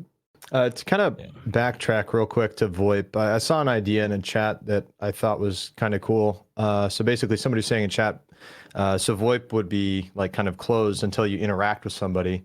So you go, hey man, let's work together, and that opens up VoIP. But if you're not a person who went and interacted with, say, two individuals who agreed to talk in a raid, when they're using VoIP and talking to each other, you don't hear their VoIP, but you hear their random voice lines from the PMC just spouting out. As they're like walking around the raid. So that way it's like they're talking, but you can't like you can hear them where they're at in the location, but you won't be able to hear exactly what they're talking about because you didn't agree to speak with them via VoIP. But it would still kind of keep that immersion as to whenever they're activated, they'll just do like the random chatter, or if maybe they're like talking. scrambled radio sounds or something. Sure. That's a radio. It's a radio feature, and it's not real. Like it's in real life. It's impossible to actually like people conversating, and you can understand them because they are like telling the random phrases. So it's totally people can't good. understand me all the time. I'm mumbling, and it's totally good. Like it's a pretty interesting feature to actually hear people talking. You're sitting on the factory and hear like people trying to. Yeah, again, it was just something from chat that I saw. I thought was interesting. Yeah, like it will, as a solution for something, like it could be noticeable, but I don't know. I think it's too off the realism. Like you will be able to hear them in real life, and why you shouldn't in the games. I think it's not good enough. I mean, but what about like having a radio just for teams? To begin with. Radio The radio is the next like level of VoIP. It will have different channels. Yeah. It'll have protected frequencies, and you will be able to you will have the password that you need to have scrambled. So you will have a preset radio sets like before the raid, and when you will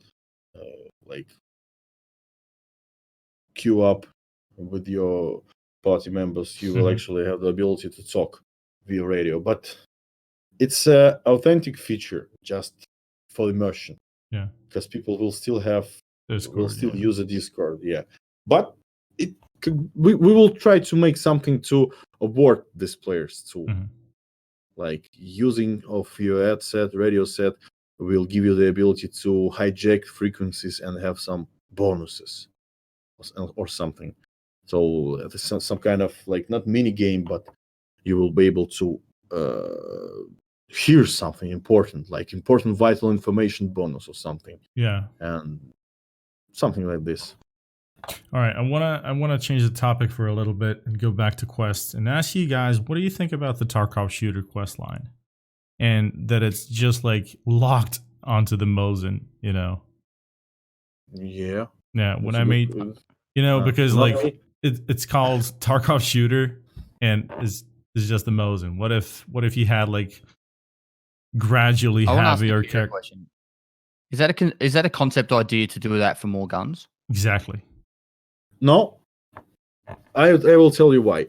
Because Tarkov shooter is a rephrase of Voroshilovsky shooter, and Voroshilovsky shooter was using only one gun, and I think it was Mosin, maybe some other weapon. I can tell you exactly, but it was one single gun, and the mastery was linked to this gun, and the idea was to have a quest line based on one weapon only, like the mastery of this gun. That was an idea. I know that you want to add more sniper rifles, and it's a good, because we will add the quests about it. No, I was just thinking like start, I don't know, from a Makarov and then just gradually move on to some different guns. Just so people would have to use it in actual quests and complete quests using certain weapons. Maybe modded in a certain way. I don't know. Just speaking of shooting, can we get the Shooter Born in Hell quest interchange switch to reserve? Yes, we actually I told it to change. I think maybe it will be changed even in the next patch. I told you about content patch, so yes, it's planned. Sweet. I have a question about, it has to do with quests, but it has to do with this update that came out today.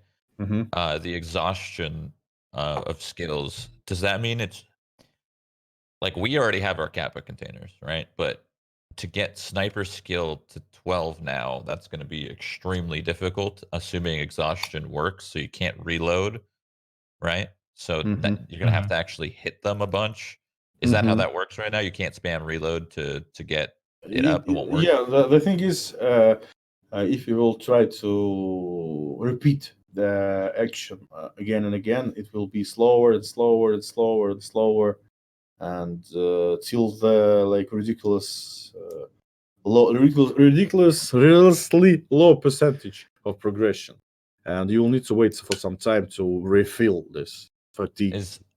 Yeah, I just asked this because I feel like there's a lot of people who are still on stress resistance, and of course, sniper skill is like one of the last ones. I think stress resistance is probably going to work the same way with exhaustion. If you get shot a bunch, the first hit is going to give you a lot, but then it's going to start to go down as you get hit more. So I think stress resistance is only harder to get up now, and it was already extremely difficult. Now you can't do the burning barrel strat or whatever, right? So I'm just wondering if there's, in the meantime, any way to up those two because you guys just added exhaustion. Like, is there any way that you guys can go into the settings and change it? Because I think those people are going to be literally stuck. I don't think they're going to get their kappa anymore.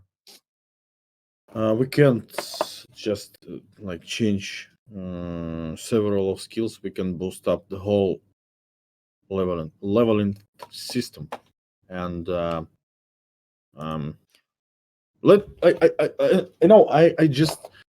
need to be sure that the thing like is in there. So what Shroud's saying, it's unfair that we've already got our skills all done. So can you purge all our skills back to 0? And then we can level them again and see what it's like. Good call. Actually, I can, but I don't know. Will you be happy with it? Yeah, I'll still have the kappa. I don't care. I'm just saying, like, this update today pretty much killed anyone's chance of getting the kappa if they don't already have it, because I'm guessing your average player right now has 4 to 6 stress resistance. Getting it to 13 is absolutely insane, even before the update. Obviously, and it's just random. It's not like they did anything to have that roadblock. So maybe just lower the number or something, the number of stress resistance for the quest really quick. I don't know. Lowering the number will be the easier idea, actually. Yeah. Just make it like level 6. Yeah, I was gonna say level 6 is probably perfect. 6 is a solid number, especially And after for sniper exhaustion. too, or would 7. sniper be higher? 7. There we go. 7.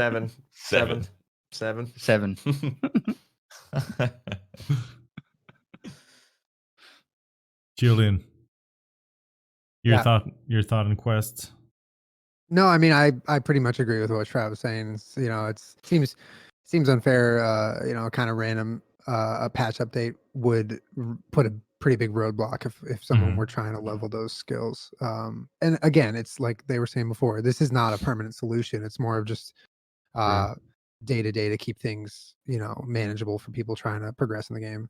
I mean, at the end of the day, like skills, their core-ish, the skills like at their core just need to get overhauled eventually. Like the way we level them and how we level them, so on and so forth. Yeah, well, would you guys like to see like a complete overhaul, or just some? Absolutely, yeah. Just mainly on the way you level them. Like again, I use the sniper for example. You get the same amount of experience for point blank somebody in the chest of the Mosin versus getting a headshot on a moving target 300 meters away.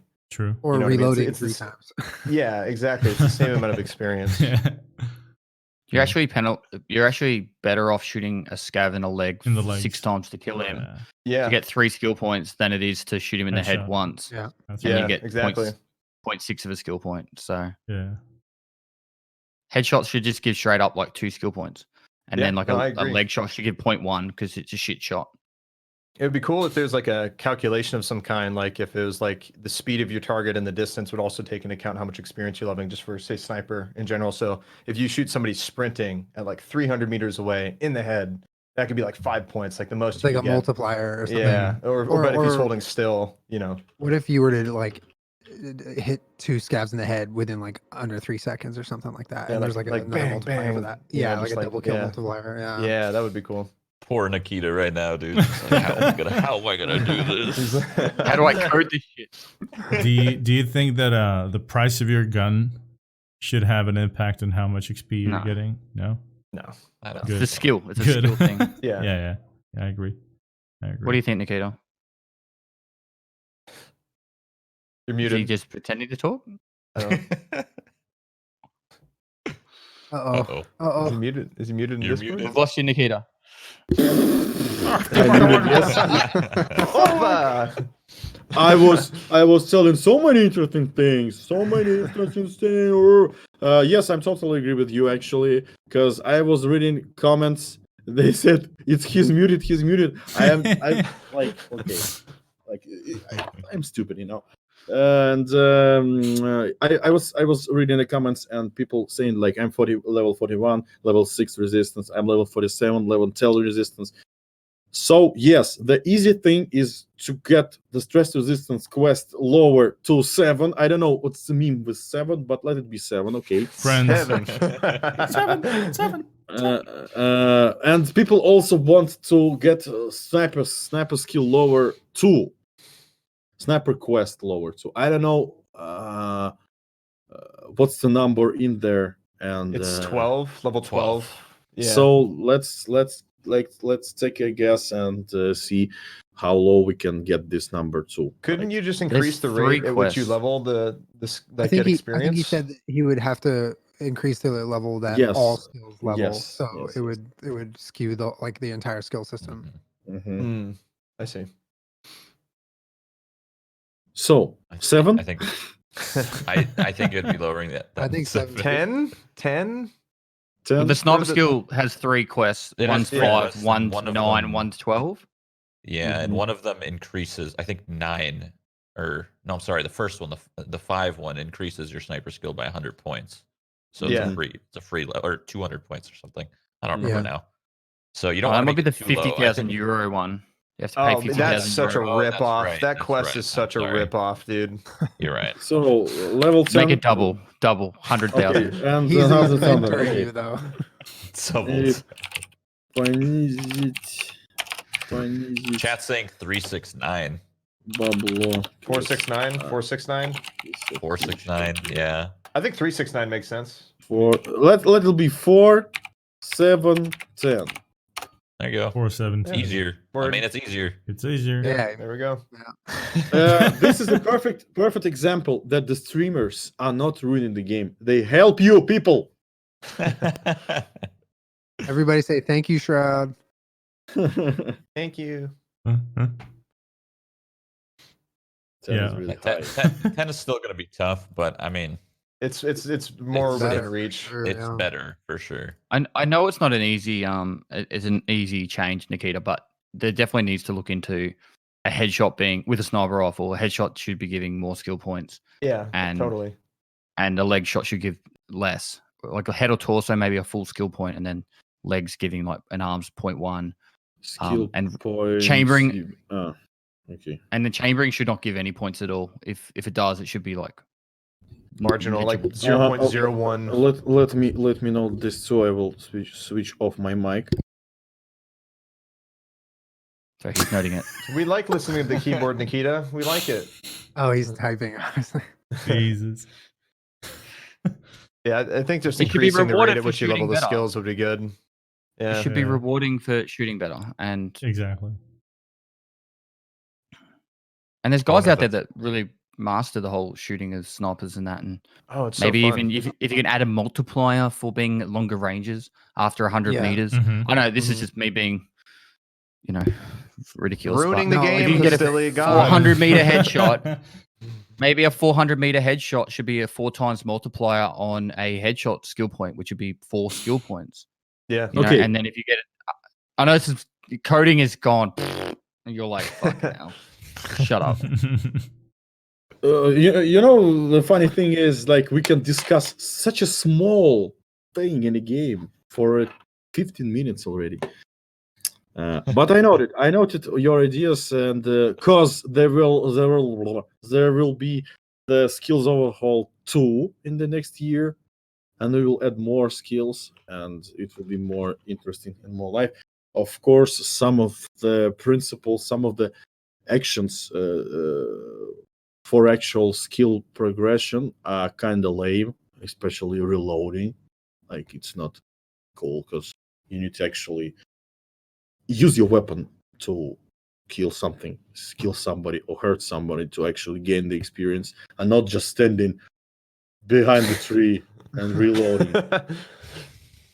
I think it would make those quests. It would turn those quests from like a little miserable into really fun. Like you add the headshot multipliers, you add the long distance, the double kill multipliers. Then you're going out and it's like kind of arcade mode, and you're just trying. You're playing the game. The heads. Yeah, and then you get excited and rewarded for it by leveling and getting the quest done.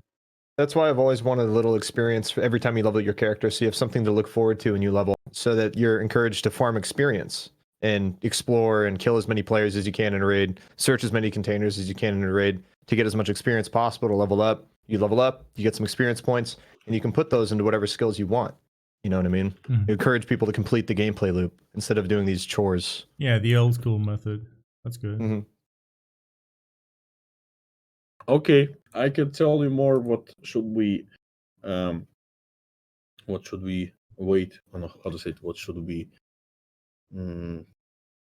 So the next year, new features. I can tell you more. I will start to talk simple. So the weapon malfunctions and the overheating. It's like the feature that I really want to be in the game, because it will change the game, because you will need to actually have the good ammo and look for your weapon's condition, repair your weapon, and the weapon spawn on the locations or in the inventories of AI will have different amount of durability. So we actually will need to repair your weapon and use proper ammunition, use proper magazines, because every single magazine will have a modifier in terms of malfunction, in terms of different jamming and stuff, and you will need to like understand and know the thing about jamming and troubleshooting. Also, we will make the more quicker transition on your secondary and your pistol, and like it will be like that's what I want, like so long time ago. I want to the pistol be drawn really quicker, because right now it's kind of lame. You just pull out the weapon and pulls up your pistol, and he's doing it really slow. So the low ready position, it's I was told it like a long time ago. It's usually you're not walking with the weapon like to the shoulder and in the barrel straight and parallel to the ground. You can you like the clean knows actually. He can even show you what I'm talking about. Okay, nice. So yeah, it will give you cool advantages like CQB capabilities. Your weapon will be like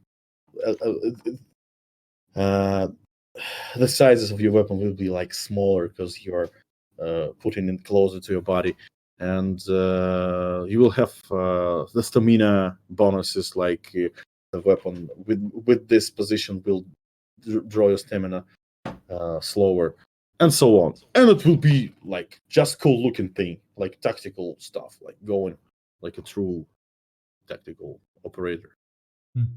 And also we want to remake the night vision. We want to add infrared lasers and infrared flashlights.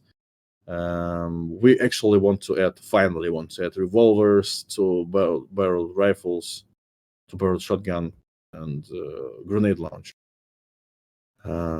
We will add like durability of silencers and subsonic ammunition. I can't wait for that feature.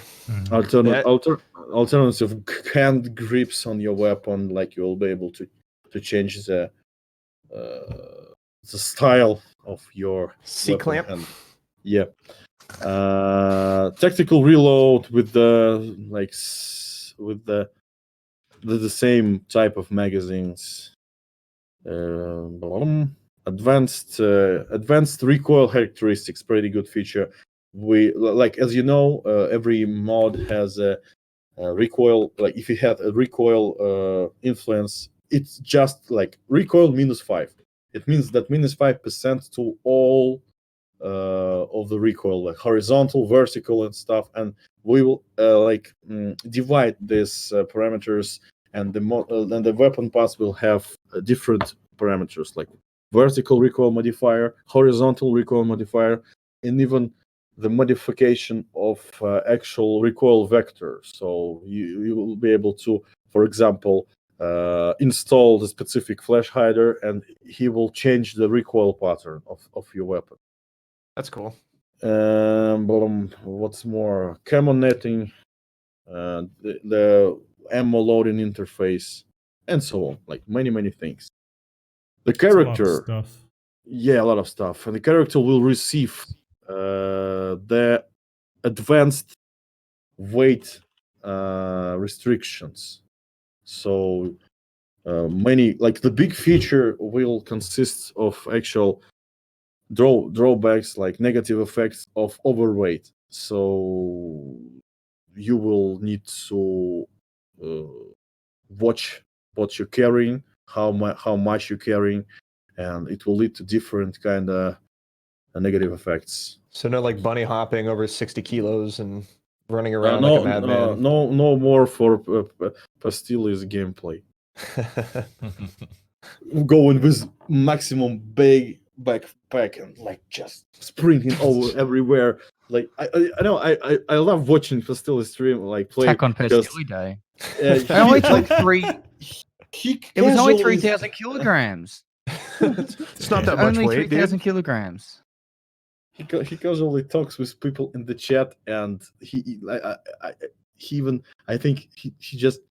To be honest, I wasn't able to get into the raid with 3,000 kilo. Offline mode worked, but online didn't. How fast did your stamina drain? Automatically, like it's the same. It's got a limit. Like it's just like a. After it hits once you hit overweight, stamina drains the same no matter if you're 20 kilos over, 100 kilos over. But with Nikita's changes, it should be like now that when you're a certain weight over, you can't sprint and stuff like that. I'm guessing that's it will be not only about sprinting. It will be also about decreased ergonomics, like. The inertia effect, like you will be like slower, and there will be a start-stop like transition. Like what about covert ability? Covert ability, like how quiet you are, like crouch walking quietly. Like will you just be like loud all the time? Yes, like many things like related to the how much weight do you carry. Also, we want to add 2 types of blood loss, because we are in more things to stop a blood loss, like tourniquet and I don't know how to say it in English. It's that injector thing, right? It's hemostatic injector. Right? Yeah, and we have like the simple rubber thing that tourniquet. Just it's like tourniquet, but it's rubber thing. Yeah, it's like rubber. It's like it's an elastic thing that you'd wrap around like a bullet wound. It keeps it airtight. We use them in the military. Yeah, so that's why we want to add different types of blood losses, because it's already a big amount of different medication stuff, and I think we should enrich this experience. Maybe we can give something interesting for you, because actually in real life you can't stop bleeding with the bandage. Yeah, you can't stop bleeding with the bandage. Especially if it's like put the pressure. You need to put the pressure. You need to put on antiseptic stuff, the bandages, and send this person to a medical stuff, to a medical facility or medical medic actually, and then they will do other stuff. You need to just to do a basic treatment. Also, prone lean.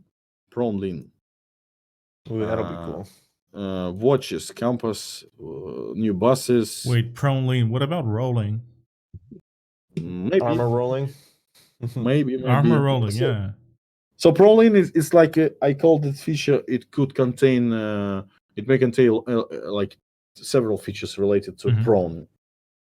Can we get back get- alpha leaning, like with the sidestep and the lean, where we could combine the two leans together? Yes, I missed that so much. It was noted. Can we get the? You know how you can put the gun out to the right hand side? Can we get it to get it? Put it out to the left hand side. What again? So Blind you know when fire there's to a the side. doorway, you can only blind fire when it's on your right hand side, but you could easily in real life put it the other way and be able to blind fire out the door the other way.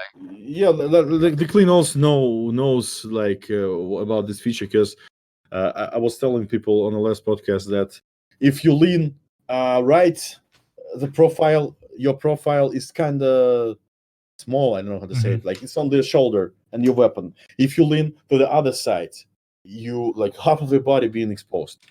And for true operator experience, you need to shoulder your weapon to the left side and actually shoot from your left arm or like left arm. But we don't have this feature because it will require at least new animation. It's impossible to have all the set of reload animations on the other side or on the left, based on the left arm, left hand, and it just needs to be a blind fire. We don't need to have like anything too crazy, but just being able to stick it out a door. Okay, like we can have this kind of technique. Like you can blind fire from the left side, but again, all concerned it's planned. But I think we need to research this, like how to make it properly without any clipping and stuff. So. Yeah. I mean, if we could swap shoulders but had to go back to the main shoulder to reload, I would feel the need to have to reload on the left side. That's a lot of animation work too. That'd take forever. Yes, actually, we can do like this. Like we have swapping, but the reload will stay on the right side. What about just mirroring the animation? No, it's not working. That wouldn't work. Because It's not like CS. It's all the like operational parts. We can't like mirror them. They stay on the sides that they are meant to be. So lots of new content, new traders, new loot, optimizations. We also want to add public API for people who wants to make their own like clients on something about flea markets or encyclopedias or something like the public information that we can share, and people can make the supportive applications or web pages. And also we want to make an official companion application with the help of Veritas. Actually, I think he is probably listening us. So the idea to have this application is still on the go, and the next year we want to actually start to produce this, so you will be able to like claim insurance. Claim insurance, start and stop production on your hideout, see the prices on flea market, and stuff like this. And also we want like the thing was written over there in my list is the special streamer status that will conceal your nickname. Oh, thank God. Streamer mode, yes. And that will conceal all nicknames. So if a death screen comes up, it just says "Player Blue." Something like this. You will be concealed and at least protected a little. From what about the raid indicator, bottom left? You know the raid number. It could be like we actually really need it in terms of bug finding and bug reproducing. Okay. But usually streamers like sitting over there in that corner. Well, we can cover it. It's really not that hard. Actually, just like move our webcam or something. But I mean, the biggest thing is with like if you're streaming, especially if you're playing solo, you kill one, and he's like, "Oh, that's Clean's name. Let's turn his stream on. All right, guys, he's right here," and you can feel the whole dynamic of the fight change. So I can't wait for that to come in. Yeah, I totally understand, and that's the small thing that we can do for you guys, for streamers, to actually have the fair gameplay. And like many other things, but as I said before, I actually I said pretty everything that we want to make in the next year, because there's lots of additional features. For example, like only compass feature could be big in terms of production, and the whole feature of malfunctions and overheating is also could be big. It all be spread in the next year. We want, as I said before, we want to make as much updates as possible, because I don't like the idea to have one big update in 9 months. It's totally shit idea, and I don't know. It's all pretty like shitty. Yeah, it went like this in about 0.12, because there's lots of features and mechanics were linked to a reserve location. Like nearly half of features was just about reserve, like stationary weapons, new exit locations, and optimizations. Also, even we tested a lot of things on the reserve to optimize on other locations. So it was linked to one specific location with lots of feature and lots of changes. As far as I know, as far as I believe, the features I described briefly, they can be produced separately. Yeah, so that's why we can do these updates more often, and they will have some cool features like right in the update, because we just want to be sticked to idea that we want to have as much updates as possible, and they must be solid, not only like several fixes. They must have some content and some feature, at least one or two. And with that concept, the year will be interesting, and especially for you, the players, because every single month or month and a half or 2 months, we will have some cool patch with cool features, and the game will be like reloading constantly. And of course, there will be wipes, but I think next year will be the last year about vibes. And as I proposed, and I think there will be later, there will be the special game modes, like as a separate separate character, and it will be like some kind of realm, wipeable realm, and all the people in that realm will have seasonal vibes. It will be like separate like game world, kind of like Path of Exile. Yes, and you still will be able to play as your main character, or even make a transition of some items to your secondary character. A secondary character will be seasonally wiped, and because the gameplay cycle is pretty cool at the start, and it's a cool idea to have it somehow, because I can't imagine the EFT without wipes, really, and because it's a cool thing to actually replay the game cycle, not for you, like not with the personal vibe, but with the full scale world vibe, because the gameplay changes a lot, but like after the wipe, and I think this is like a solid feature of the game to have such kind of events or something. Would the would the player base be split? I don't know, because the player base will still be the same. It's like you play. It would be, because you just said that there's going to be like a seasonal base, like part. So if that's the case, then would some players be playing on the non-season and the rest playing on the season, or would they all be playing together? Because I can't see that working with everyone working together, but at the same time, it's going to divide the player base. It will be separate. It will separate. It could be. Let's say it like this. It could be a separate game world, and it will not be connected, because like it can't be connected, because there we have vibes, and the and over here we don't have them, and we can't connect them. We can't let them play on the location because we need the principle. Like we need the idea that everybody was wiped and starting from scratch. So yes, it's just an idea. Yeah, I mean, and who knows by the time that idea comes into play, right? The EFT could be quadruple the size, right? It really when you do something like that, it's really based on how many people are playing at that given moment. So if they ever have that to come out, they'll probably know that their numbers are good enough to start splitting. Yes, I of think course. splitting True, is. yeah. I think splitting is. I mean, it's good. I think it's a good feature. I mean, as every update's come out too, the community has grown.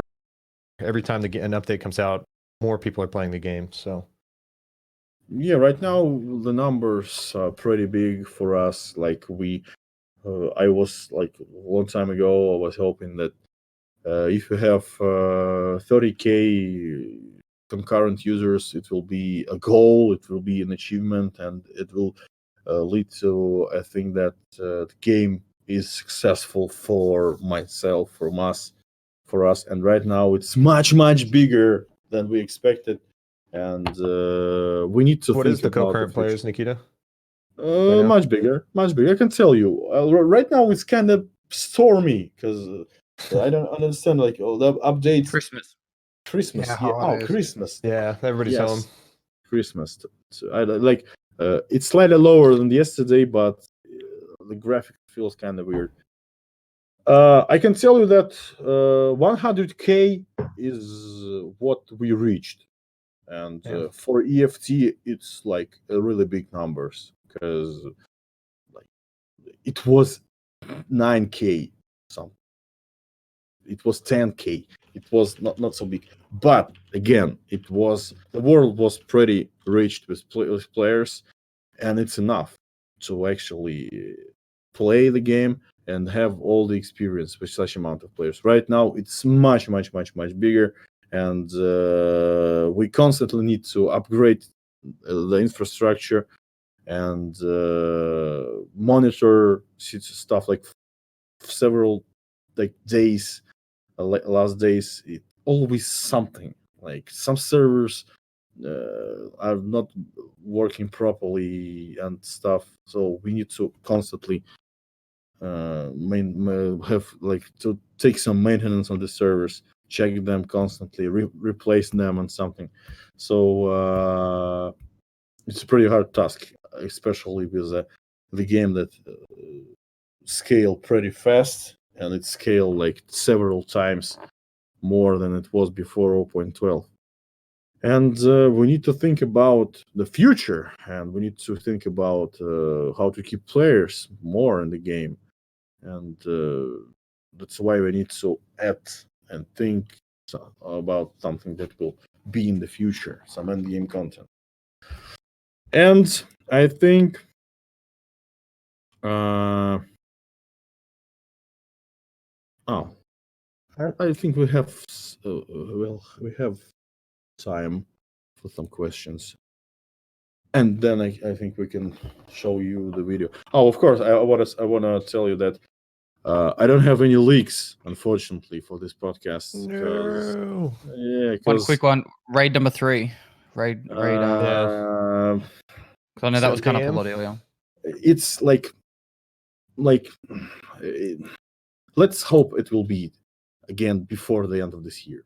Like they are really close, like production to complete the production of raid number 3, and I don't know. I just wanna like to.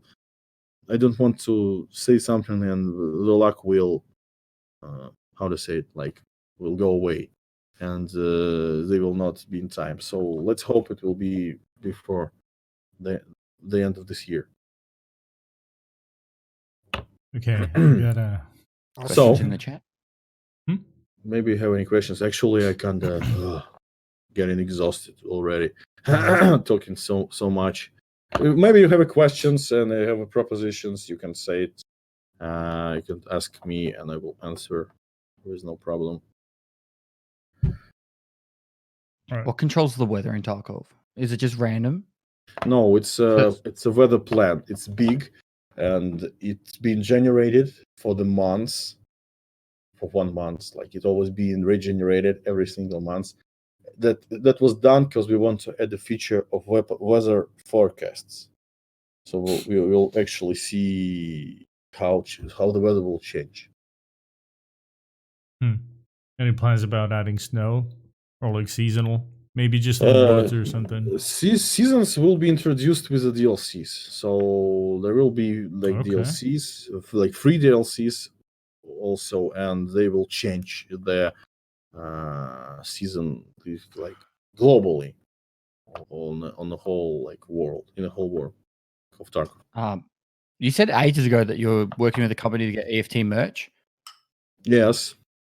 Is it? Like it seems like you have your sources like of information. You said it during a podcast. Yes, I don't know. Merch, like is also on the final stages of production. Like we already have an initial stock of merch. We have a basic assortment. And right now it's all about some payment system or something. So it definitely will be. The merch store will be for sure. But I can tell you when, because again, it's all planned until the end of this year. Many activities, and we should wait how it will go. I think we will not be in time, but right after the NY, like I think maybe the middle of January for sure, they will be the store, and it's not like so many pieces of clothing over there. It's like initial basic assortment, but right after the initial like we will see how people actually buy the merch.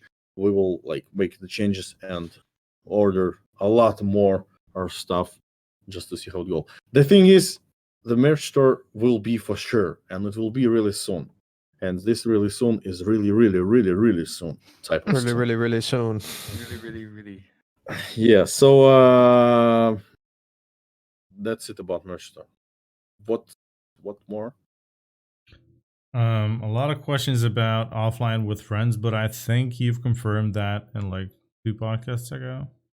Yeah, no, I'm mistaken. That's coming. Yeah. Mm-hmm. Do you have any specific plans for Shoreline in terms of? I'm not sure. Maybe you mentioned it, but either a boss, like yes. any sort of other point of interest other than resort. Yes, Shoreline will have a boss. He will be called Sanitar, Sanitar, and he will be not janitor, it's like senator. I don't know, the senator or senator. It's not senator. Shit. It's like. Do you have actually an English word like describe medical person? Senator. The doctor. Yes, sanitizer. The doctor. Yes. Oh, the sanitizer. Senator, like with the about the tie with the tie. Senator.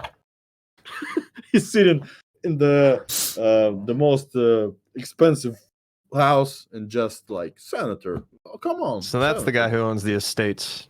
Yes, but it will be like it will be the guy who he will be on the drugs constantly. Did he do those things to the pigs in the mark room? Was he the one responsible? No. The people who are responsible cultists, they'll be introduced in the next year or two. Will he be a part? Will he be a part of like the cult people or no? He will be just scav boss. Just drug addict scab boss. Got it. The cultists will have their own bosses. For example, they will have priests and acolytes. You know that's typical stuff like typical Diablo 3 stuff. Yeah. Yeah. And like I really want to introduce the new type of gameplay. They will appear only at nights, and they will be scary. Like it will be totally different AI behavior. Like like Bruh, like horror movie. Please Yeah. add sneaky melee kills like from Well, yeah, behind. we're or gonna Yes, get something. Battlefield Dude, that was takedowns. fun. Will those be in? Oh, I think that That'll would be add cool. so much to like solo experience. Anybody who wants to play like super stealthy, I think that would pay off. grabbing somebody by the Altland visor and just like stabbing him right in the neck, dude. That'd be Yeah. intense. No, but just It's because. also fun. Yeah. Okay. Sorry, did you say where the doctor or senator is gonna spawn? Like where on Trello? He will spawn. The initial plan is to spawn in the village, Oh, cool. or on the first floors of resort, medical floors. Will they be on other maps? Who? This No, guy. he's talking about Colt, I'm talking about Coltus. Scat Boss. I Sorry. was sorry. talking about senator, Senator. the senator. the doctor. Senator. He's running for senator. Yeah, cultists. Yes, of course, they will be on other locations. I think they will be almost on every location, spawned at the night near the marked rooms, near the symbols, and yes, they will be scary. They will Spooky. be scary. Yes, Spooky. and they will have this knife, as you saw it like long time ago, with the two blades. Like it And looks this- like the Dead Space pillar. Yeah. And this knife will be poisoned. And if you actually will get a hit with this knife, you will get a lot of hits with this knife. You will receive the death poison, so you will not be able to actually heal it without specific antidote. It will cost a lot of money. Actually, it will be craftable in the hideout, and not for like purchase on the traders. So it will be pretty dangerous. Hatchlings just got a whole lot scarier. Yeah, Poison like hatchlings. hatchlings, like but Poison real hatchlings, man. Grenade Okay. box. What? Grenade box? Grenade box. Yes. Grenade box. Mhm. Yes, of course. Okay, vaulting. I think you said it as well. Vaulting. Yeah. Actually, when I thought about leaks for today's podcasts, I thought to record a new animation of vaulting, but we had a patch today because I didn't have much time to you're good. collect leaks. Collect leaks is like some, Do you have Post any them on idea? Twitter what later. the scav- plumber thing? Collect leaks. Do you have any idea what the scav boss is going to be like for the labs? Some guy in a hazmat suit. Baba Yaga, dude, just Actually, John Wick. we didn't plan to add bosses to labs because labs is concealed location. It's only radius over there. We had an idea to add some kind of guy of inner security team of Terra Group security or something. But There was a really again, cool idea about a guy that would just be like a really low spawn chance, like 0.1%, but it was actually Super just like elite a raider. Terra Labs. No, it was like a Terra Labs like scientist, Hmm. and you find him and he's got cool loot. But that was just an A idea little that loot people. goblin. Yeah, like In a lab coat. yeah, and he's like a full scientist, like just hiding Yeah, somewhere. that'd You be cool. got to find He's got him. the red card on him, dude. and if you have such guy, so it will be like a civilian NPC. And But you kill him and you loot him. Yeah, and it's not cool to kill. What if we can help him civilians, extract? What if we help him escape instead? People will kill him.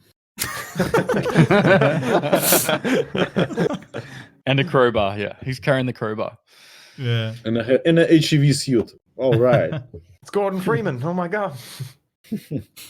Okay, so more questions, and let it wrap this up. Yes. Incendiary Molotov. Sorry.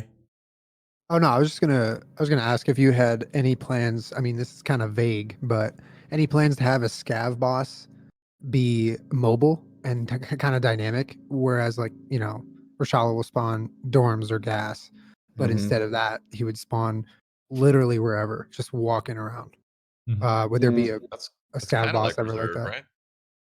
Yeah, I guess you're right. He can Yeah, be it's anywhere close pretty enough. much. It's not a problem for us, but we wanted to put at specific locations related to bosses, because it's like it's their place of living or something like. Oh, okay. There's like lore to it. And, yeah. I was just thinking like Scary- for Shoreline, it would really like I don't know if there was some sort of dynamic spawn for a boss. I just love the map of Shoreline, and I feel like the only point of interest right now is Resort. But like you said, if they were to spawn in Village or the Cultists would add to that, I just think there's so much of that map that could be spiced up with something like that. An underground area under radar would be really cool. Mm-hmm. Yeah. Shout. I was gonna say the downside of having dynamic scab bosses, what's happened to me twice now on reserve, is when you spawn the scariest spawn. There's two scary spawns. One is the one just outside the train station, and you run into those the three warehouses that he could spawn in there, and you could find him within like 3 seconds, right? So I had an experience, and I've never seen this before. On reserve, the scav boss spawns with one guard at the very beginning, and then the other guards spawn in later. And they don't spawn in all at the same time. They spawn in separate from each other. Because I sprinted in, I fought the boss and his one guard, and 3 of them spawned right on top of me. Like actually on top of me. They were all shooting me. So that's kind of like the downside of having dynamic, because then they could spawn in front of you, and then they could just shoot you right away, and then it's kind of scary. Sounds like a bug. We need to fix it. Yeah, I actually have a clip if you want to see it. I could show you. I bumped into him, I shot at him, and then the other 3 spawned right in front of me and just started shooting me. Okay. So yeah, it might not be intended, but I'll show you the clip. Okay. I think you guys it's been almost 3 hours. Yeah, And, 2:46. Yeah, it's like pretty like we're starting to like to sound exhausted, especially me. We have another video for you guys, for players, for all the people in the chat, and